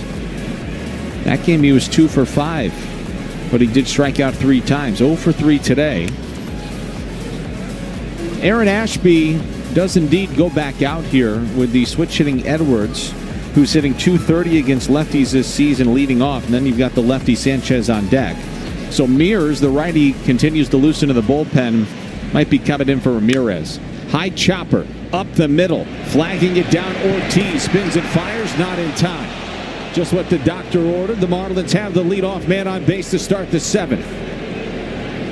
I'll tell you what, that was a heck of a play by Ortiz, the shortstop. Going up the middle, a high chopper just to get that out of his glove.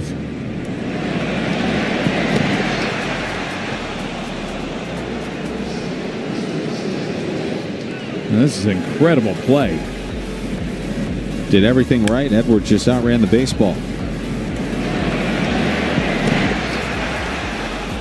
Let's see if the Marlins can get something started here. I'd like to see Edwards see if he can get a good jump off the lefty. He's got a team leading 17 stolen bases. Ashby, I guess, kind of close or quick to the plate.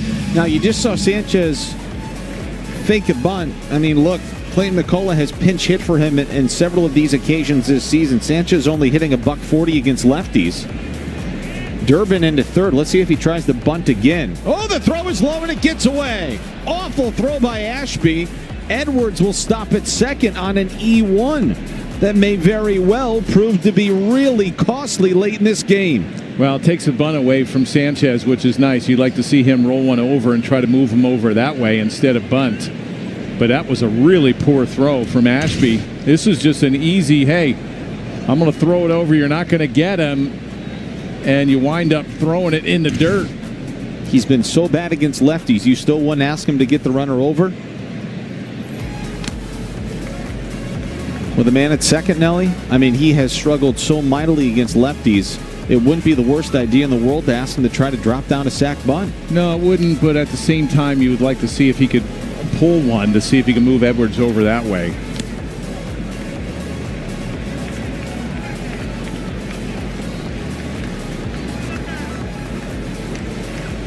Well, the Marlins have got to find a way to make the Brewers pay for the E1 by Ashby here in the 7th.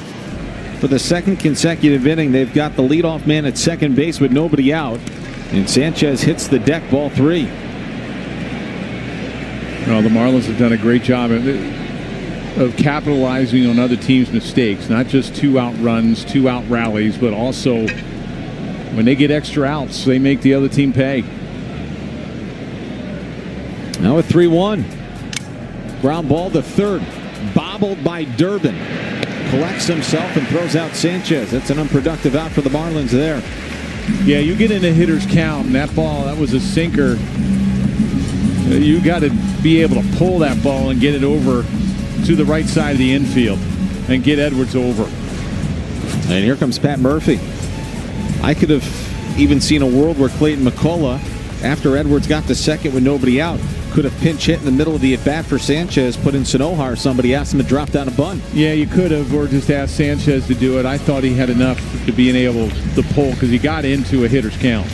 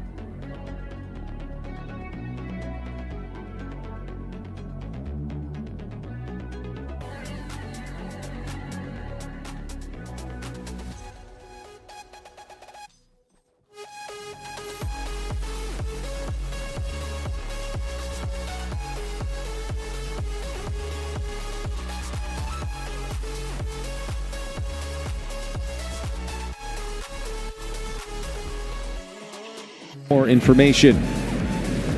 Nick Mears is on to pitch. 28-year-old right-hander out of Sacramento, California, facing Augustin Ramirez.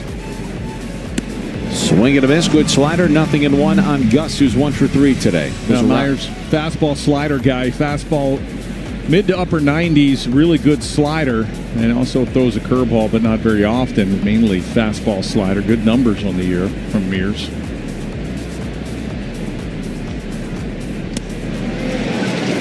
Quickly 0-2. The Gold Glover and the Platinum Award-winning second baseman Bryce Terang keeping a very close eye on Edwards at second here.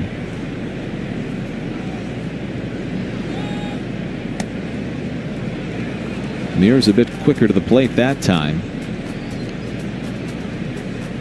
Well, you have Durbin, the third baseman. He's playing about 2 feet from that outfield grass at third base. Good eye. After a couple poor swings on the first 2 sliders from Mears. Mears has done a nice job of laying off the last 2. That's 4 consecutive, too. And he looks back at X. 2-2. First fastball that he's seen. It was 0-2, now it's 3-2. Mears in his 6th big league season. He's also pitched for the Pirates and the Rockies. This is his 2nd season with the Brewers. And the 3-2. He's outside ball 4. He walked him. That'll set the stage for Kyle Stowers in a 1-1 game in the 7th inning. Here comes the Marlins All-Star, who's provided the lone run offensively today with a 2-out solo shot in the 3rd. Well, that was an outstanding at-bat by Ramirez there. Got behind 0-2 and worked a walk. This is his last home run, number 23. That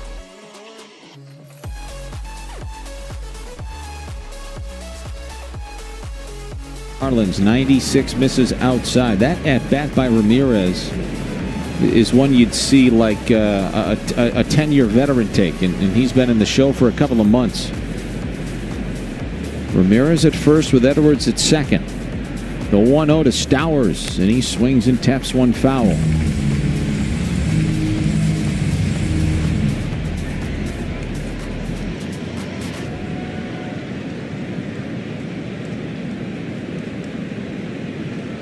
Infield is back. They play him to pull. Clayton McCullough looking on here in the 7th. Marlins have 7 hits to the Brewers 3 hits today. Marlins came into the afternoon with the 8th best average offensively in baseball, hitting .253.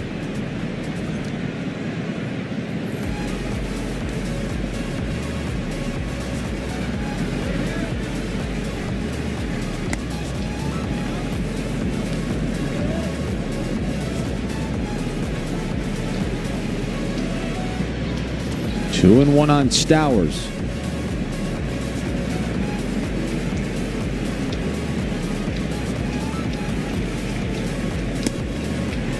A good fastball there. It's the first fastball that Mears is able to throw for a strike.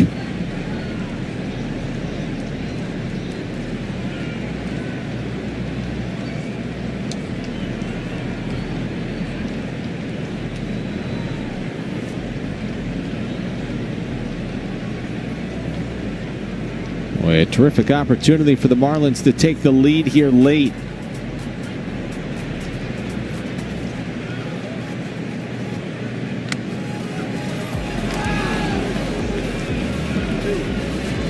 Now the count is full. He's had a hard time commanding that fastball.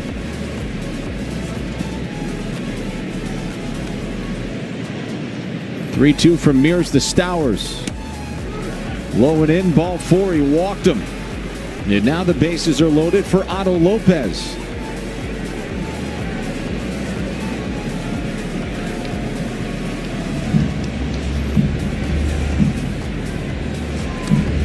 Well, if you're Lopez here, you're probably going to see first pitch slider. And it's probably going to be a get me over, something that you might be able to drive somewhere. That fastball command from Mears. He's all over the place with that pitch.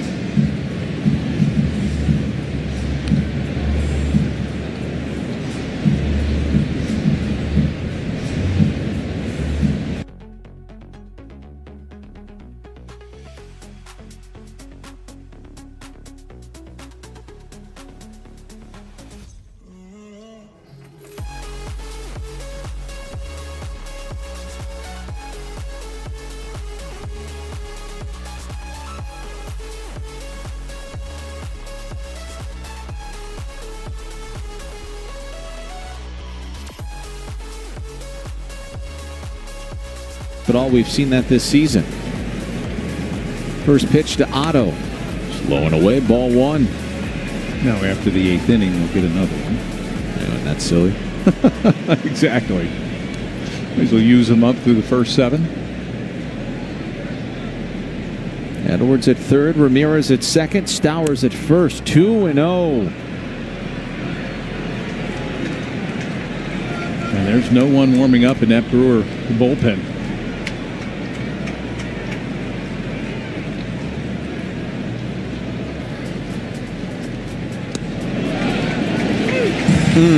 That was a called strike. It should be 3 balls and no strikes on Lopez. That was an awful call. I agree. You want to call it on the swing, maybe, but not. That was not a strike. 2-1. Should be ball 4. Right. But it's 3-1 now on Lopez. And Mears is in danger of walking in the go-ahead run. Well, he doesn't have any confidence in that fastball. I imagine it's going to be slider again. 3-1. Into right center field. Down for an extra base hit for Otto Lopez. Might clear him. 2 will score. Stowers will get the wave. He'll score. Lopez on his way to third. A bases clearing triple for Otto Lopez here in the 7th. And the Marlins have opened things up with a 4-1 lead. Well, it looked like the center fielder Perkins had a hard time getting a grip on the ball. Stowers was going to stay at third. And then saw that he dropped it, and then he went home. Outstanding at bat by Lopez. Mears just could not find the plate. Here's a 3-1 fastball right down the middle. You watch, it's going to shoot that right center field gap. There you go. Perkins bobbled the ball, allowed Stowers to score. They're going to go double E8. That'll be the first error of the season by Perkins. Right there, that bobble there allowed Stowers to score from third. Well, and now Liam Hicks will see if he can make Perkins pay for the error. The infield is in. Lopez is at third. He's got 3 extra base hits this afternoon. And he tugs the 1-1 into right field, fairly deep, going back. Churio, he's got it. But tagging from third and scoring is Otto Lopez, and it's 5-1 Miami here in the 7th. Oh, good at bat from Hicks. You just got to pitch up in the zone. It was a slider. Just lifted in the air. He drove it. Good sack bunt. Good sack fly. Productive out right there. Big inning for the Marlins. Huge.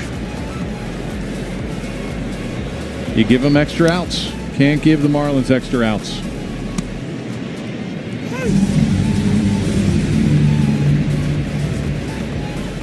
So only 2 RBIs on that bases clearing double, an E8 by Lopez. Stowers scored on the E8. But a 4-run 7th inning for the Marlins. A huge inning.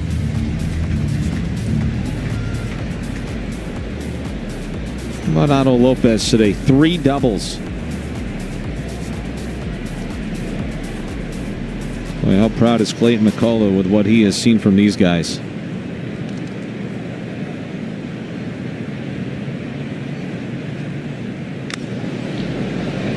It's popped into shallow right. Wagaman better run. Could be trouble, and it goes foul. He didn't know where it was. He wasn't running.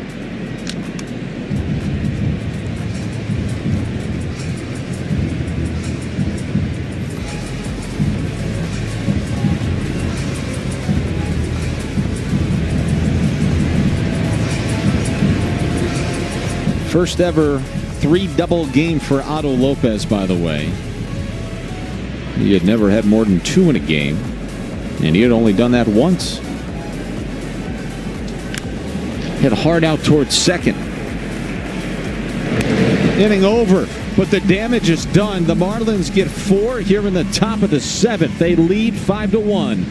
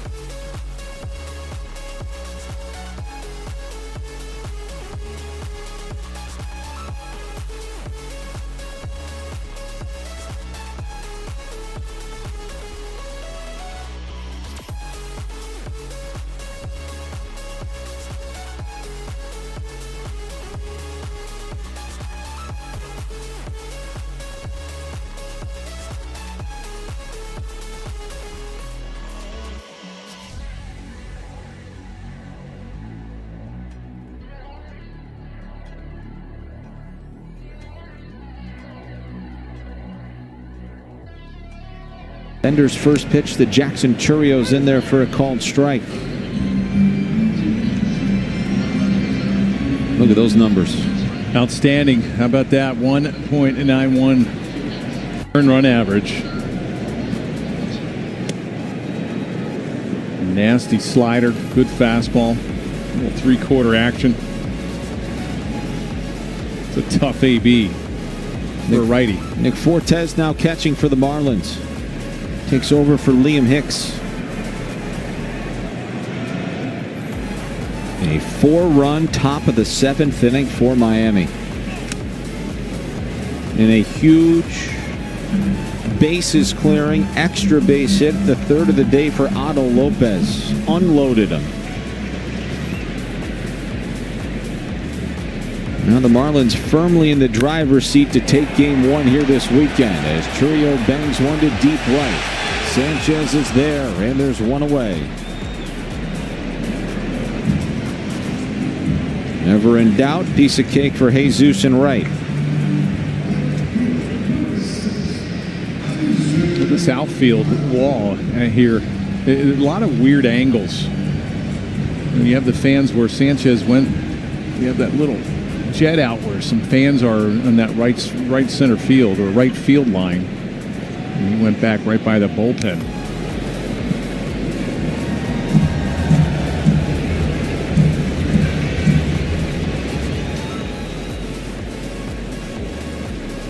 Here is Isaac Collins, 0 for 2 today with a strikeout and a flyout.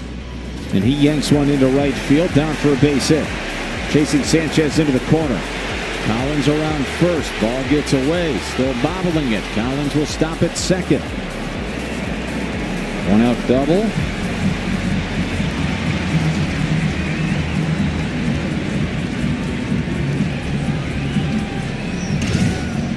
Slider in to a lefty. And Collins just ropes it down the right field line. You're down 4, so you're probably not going to try in the arm of Sanchez and push the issue. You're already in scoring position. Thought about it.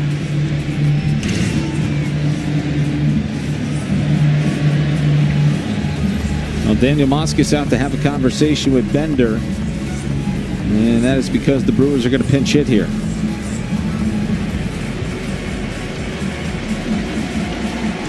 This is going to be Tyler Black replacing Andrew Vaughn in the order.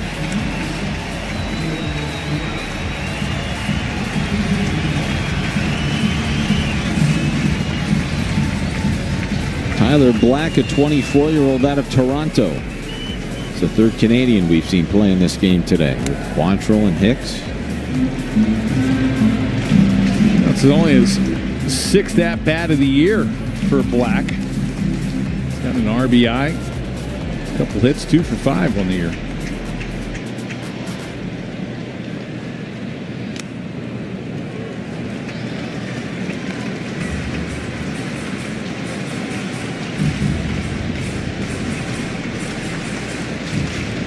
He went to Wright State. Remember Peyton Burdick? Mm-hmm. Yes.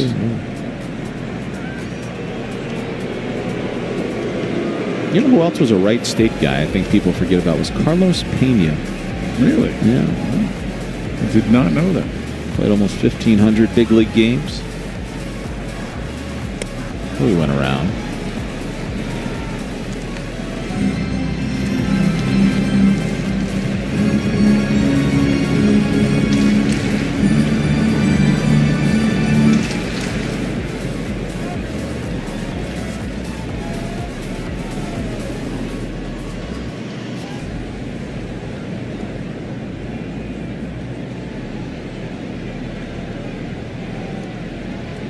Two-one. Good sinker.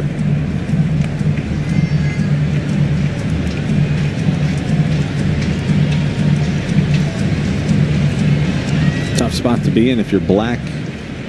Carrying just your 3rd game of the year. 2-2.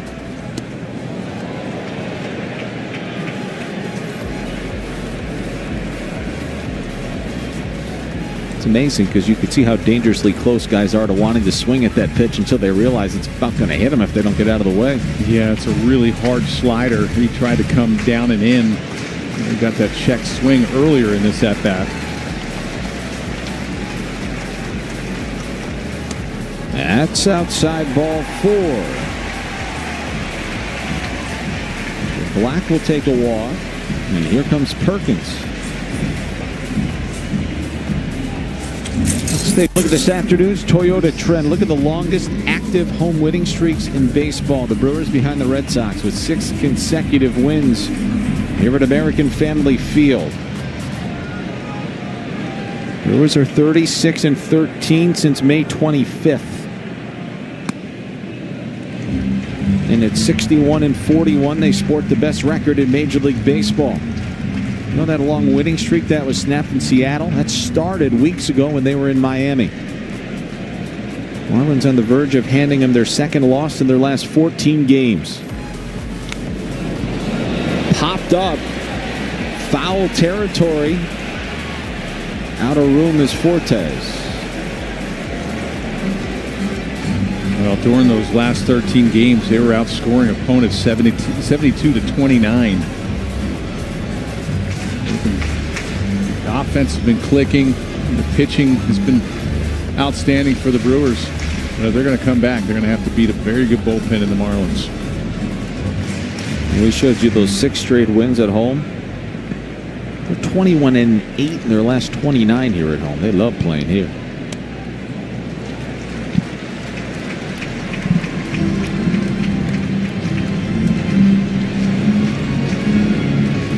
Bender pitching for the first time in 3 days.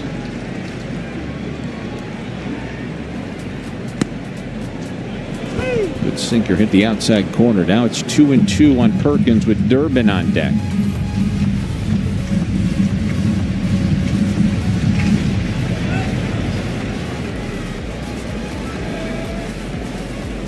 That Bender kicks and fires the 2-2, and he just got a piece of the slider.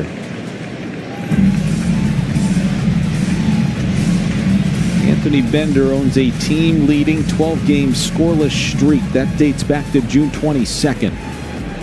Trying to wiggle his way out of a little bit of trouble here in the 7th. Again, the 2-2. Chopper hit softly towards second. Edwards has got it. Nicely done, 2 away.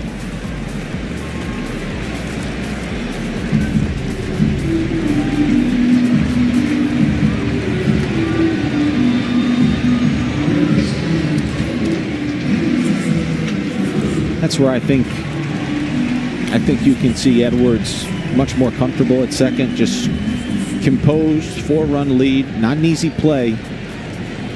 Just get the out. Yeah, get the out, exactly. Well, Bender's got his out in the inning. Where'd that miss? Yeah, Molino's tightened up the strike zone here late in the ball game. That was a strike earlier.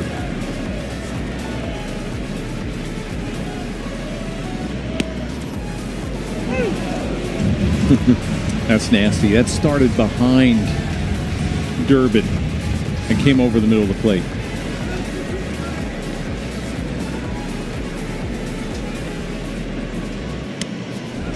He went around.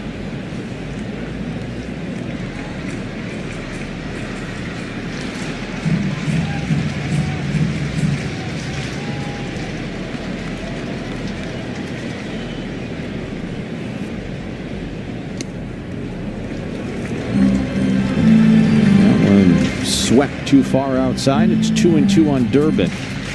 He doubled back in the 5th.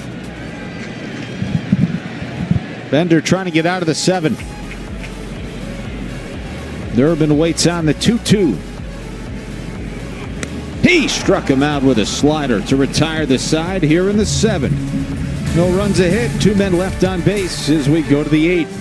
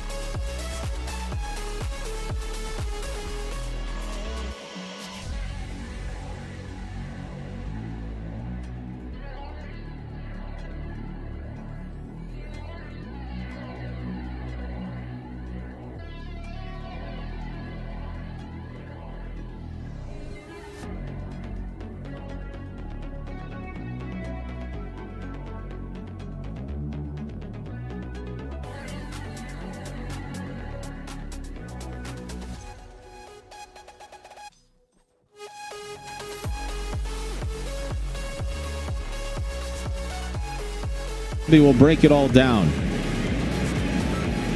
Kelly will be busy. She's headed towards a post-game interview down there on the field.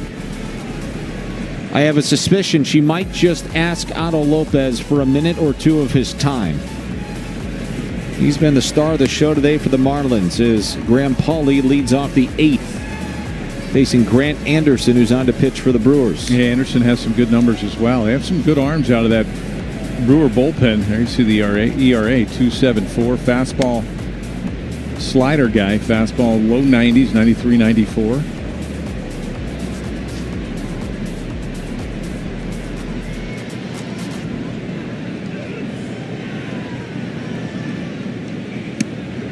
And 2-0 misses inside to Graham Pauly. Boy, they are being patient today. Done a really nice job working Peralta, getting him out of there after 5. Putting together some good at-bats again. There's ball 4. A 4-pitch walk opens up the 8th.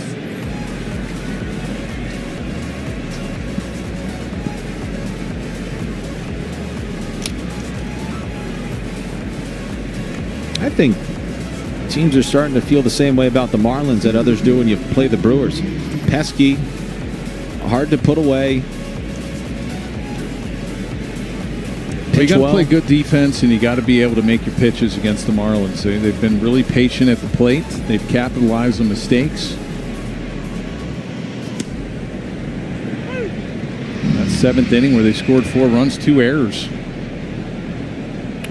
by the Brewers. A couple walks, wound up scoring in that inning.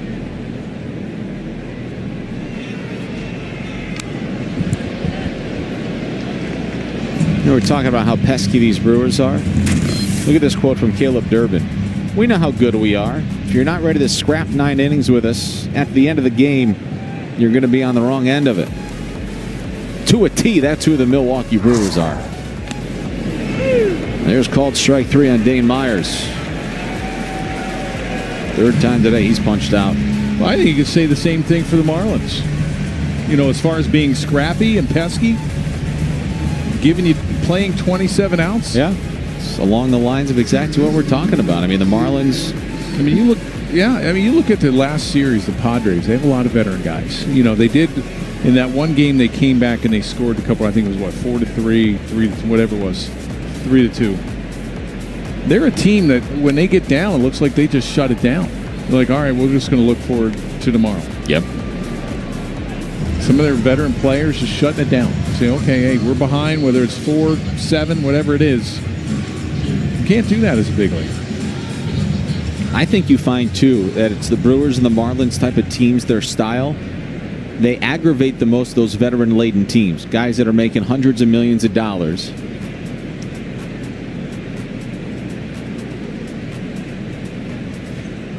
And they almost expect you. I don't even know how to put this right, but it's like go through the motions. You know, we're going through the motions, and they don't. And when they don't, and they apply pressure from the first pitch of the game, it's hard to play against. I think you have 2 clubs here that know their roster and know how to play with their roster as far as offense. You know, you're not a big home run hitting team. Neither team is. You got to make things happen on the base paths. Now the Brewers do steal a lot of bases. They're 3rd in baseball in stolen bags.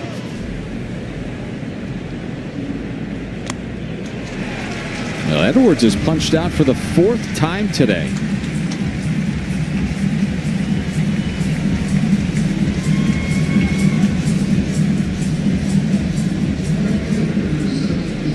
Well, this is just a 4-seam fastball away up in the zone at 94. Yeah, sometimes you just have those days you're a little lost at the plate. So he came to Milwaukee last summer and did something that had only ever been done twice in franchise history. It was hit for the cycle. And he has come back to Milwaukee this year, and in Game 1, he's done something he's never done before in the major leagues. 4 times. Yeah.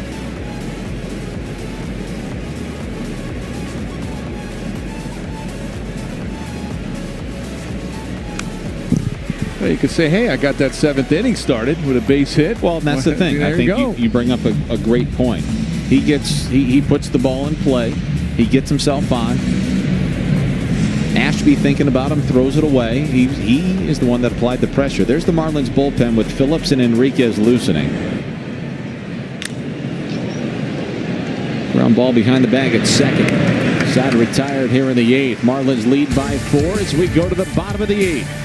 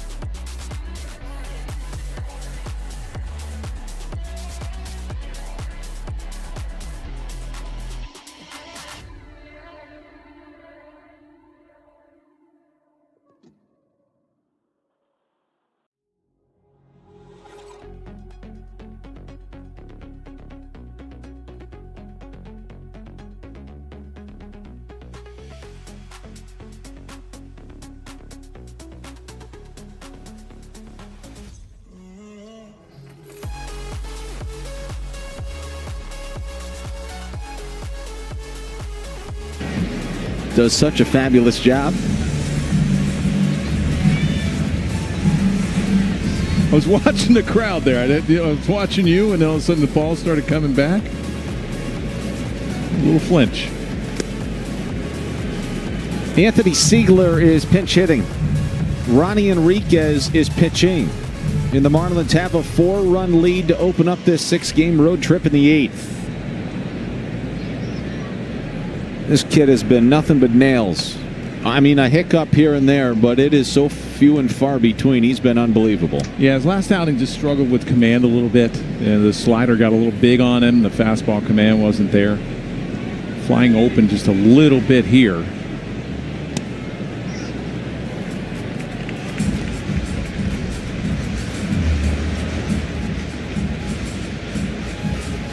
That teal cap looks good on everybody, Nelly. I haven't found anybody yet it doesn't look good on. Oh, the Hall of Fame patch, too. Yeah, I like it. That's sweet. You don't think those will be selling well online, do you? It's a great look. They somehow even match the road traveling alternate black tops and the gray bottoms. Teal goes good with everything. Did he go? Yes, he did.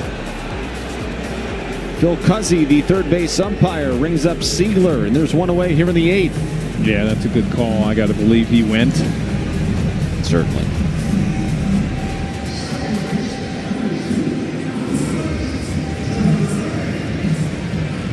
Looks like the Marlins are going to spoil Alumni Home Run Derby Day, Nelly.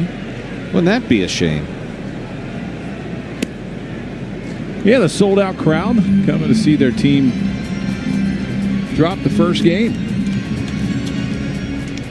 Try again tomorrow.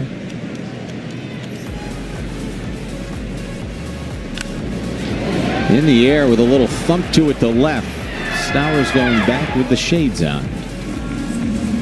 Now a message from FPL. At FPL, we plan for storm season all year long.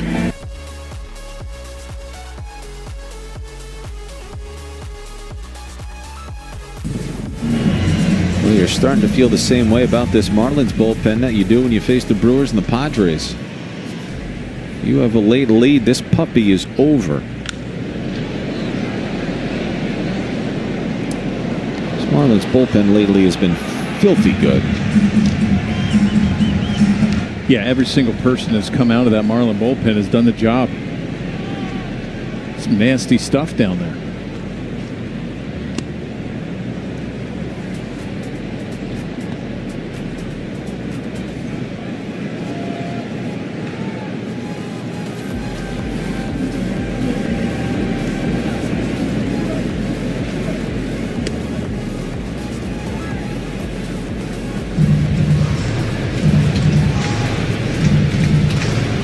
One and two on Contreras.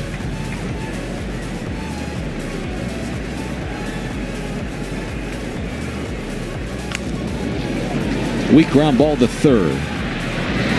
Hitting over. A perfect, clean 1-2-3 8 for Ronnie.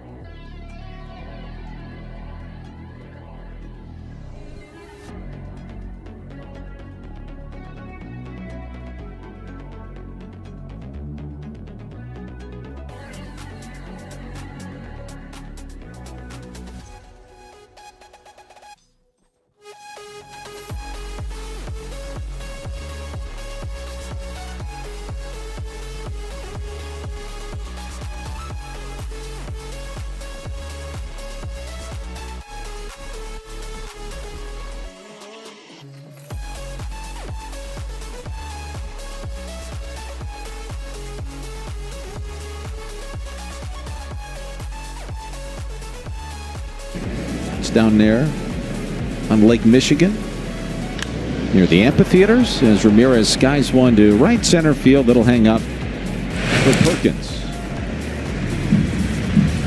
They got Summerfest here in Milwaukee in the summertime. Bunch of concerts. I've been there before. I think it's in August, isn't it?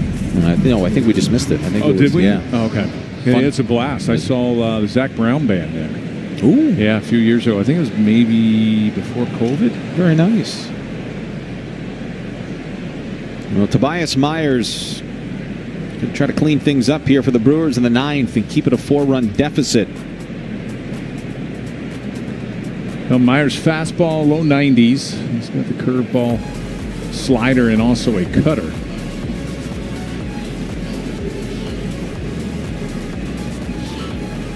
Here's Kyle Stowers.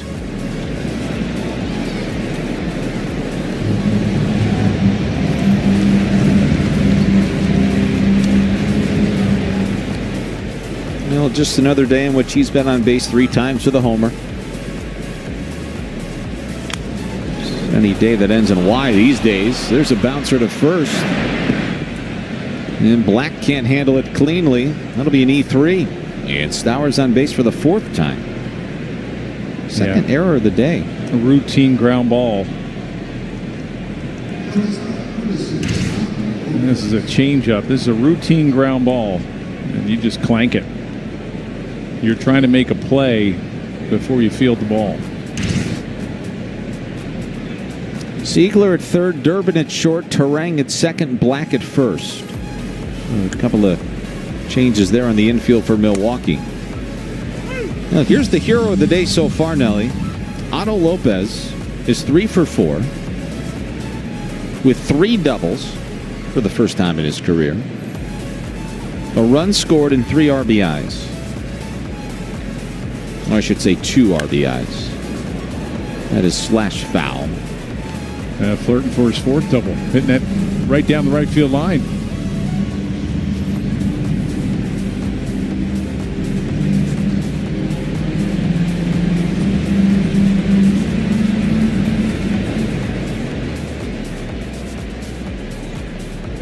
Three errors in the game by the Brewers. Tied for the most they've committed in a game in this season. Lopez to right. Churrio's got it. And there's 2 away.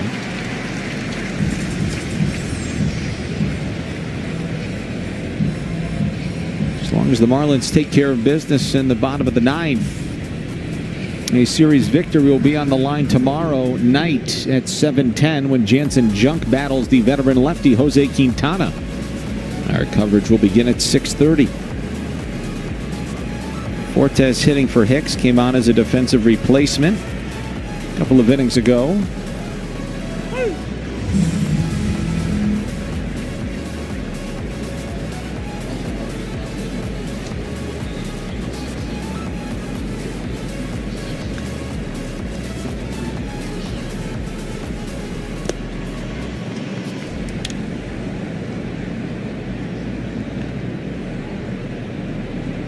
There's the Marlins bullpen.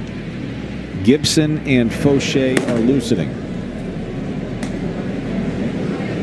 Who's it going to be with Yelich, Churrio, and Collins due up in the bottom of the 9th? Fortes skies this. And it looks like it'll reach the seats. It didn't reach the seats, but it hit off the netting.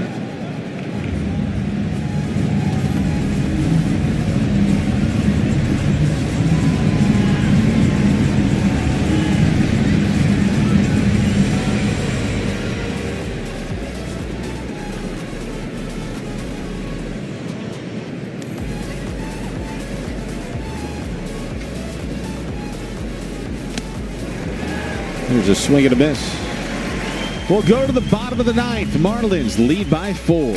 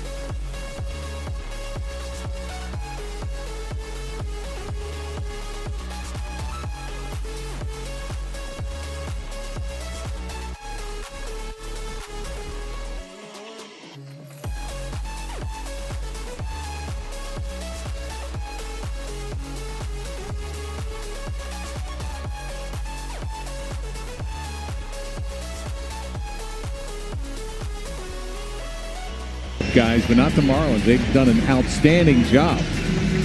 Well, no save in it, but Calvin Fauché is going to try to clean this up and take care of this bottom of the ninth. 42nd appearance of the season with a 4.03 ERA.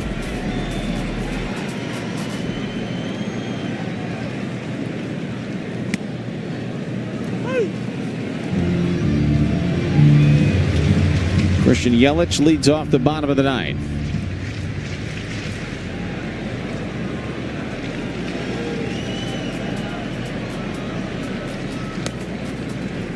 You were a part of some terrific bullpens. When you're rolling, do you really get the feeling out there between all of you guys that if they turn this thing over to us after 5 with a lead, they're not beating us? Yes. What is that feeling like? Well, you know that you start looking at the lineup. We have really good starters that went deep into the ball game, so a lot of times we're only getting at most 9 outs, sometimes just 6. And we didn't have the 3-batter minimum, so there was a lot of matchups with the lefties and the righties. But yeah, once we got the lead, we felt that it was over. All we had to do was come in and do our job and then hand it to the best closer in the game, and Mariano Rivera. Even when I was in Seattle, same thing. We had Kazuhiro Sasaki as the closer. And other teams feel it as well. And I'm sure, when you're playing the Marlins, if you're not getting a lead, you're going to roll the dice because that Marlin bullpen has been great. Well, please stand by. This is far from over as Calvin Fauché has issued a leadoff walk to start the bottom of the ninth. And here comes Churio. And Yelich extends that on-base streak, to 30? To 30 games. New career high. I think anytime teams have really good bullpens, you've got to concentrate on. And almost you play a different ball game, and you try to concentrate on getting runs against the starter. And if you don't do that, you look forward to tomorrow.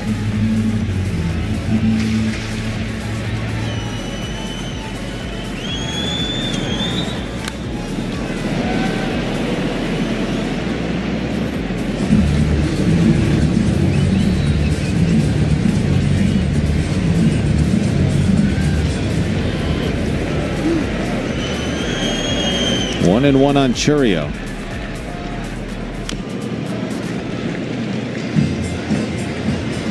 Well, you got a 4-run lead. You got a 98-mile-an-hour sinker in your back pocket. You can attack these guys and get yourself some outs. Yeah, that's why their leadoff walk hurts a little bit. You have a 4-run lead, just go right after Yelich, and if he hits the ball out of the ballpark, he does. But right here, you get ahead. Maybe you go breaking ball, slider away.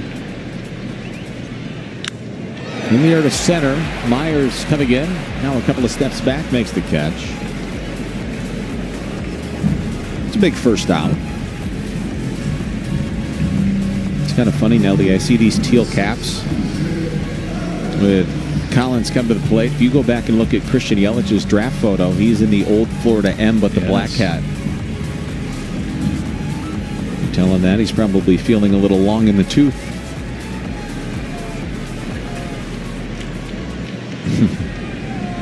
So Collins 1 for 3.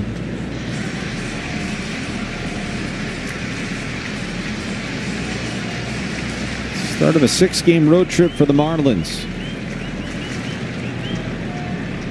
4 in the top of the 7th may very well just be enough here today. Well, that was a strike in the first. Seemed like through the 5th. 2-0 on Isaac Collins. Doubled in the 7th. He'll take it. If you have wide open zone, like you mentioned, through the first 5 innings, and then all of a sudden you shrink it up at the end, and then you give that pitch. But you're right. Take it. Ball 3.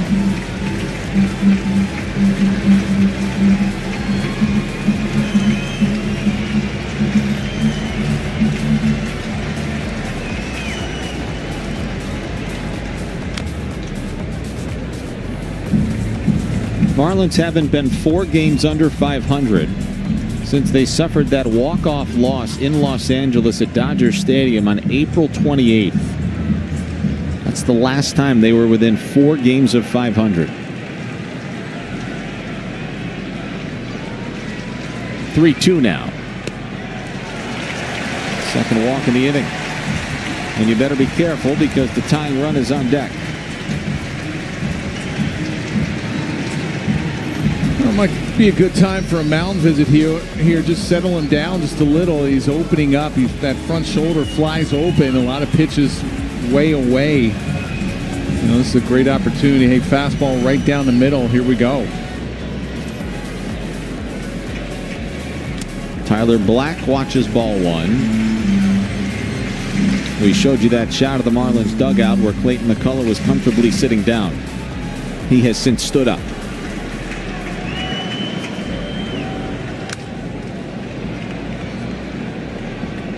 Nothing's easy. No, especially not when you're walking, guys.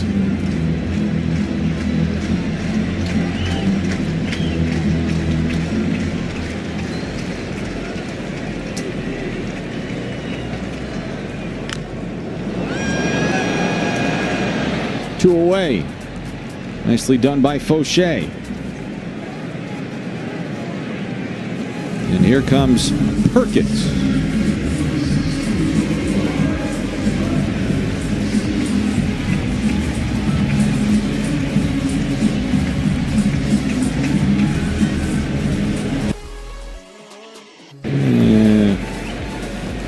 Still a little stressful.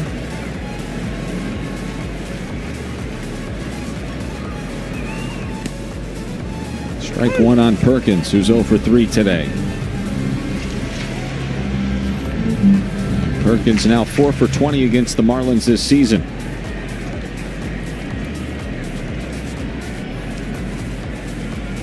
Here's the 0-1.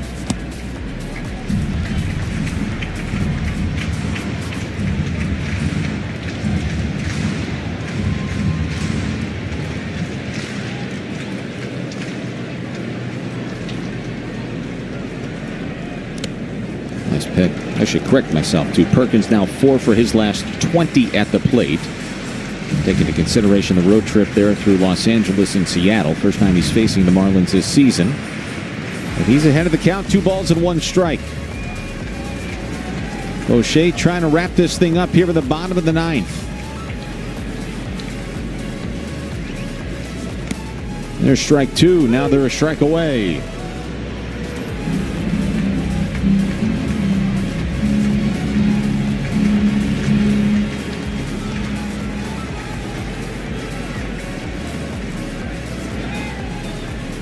Two coming from Calvin to Perkins. Ball 3. Again, the tying run is on deck for the Brewers here in the 9th. That is Caleb Durbin. 3-2. Pop foul will do it again. It's a capacity crowd of 41,944 this afternoon, looking to see if things can get a little bit more interesting here in the 9th. So head to the big derby to follow. Again, a 3-2 coming from Fauché to Perkins.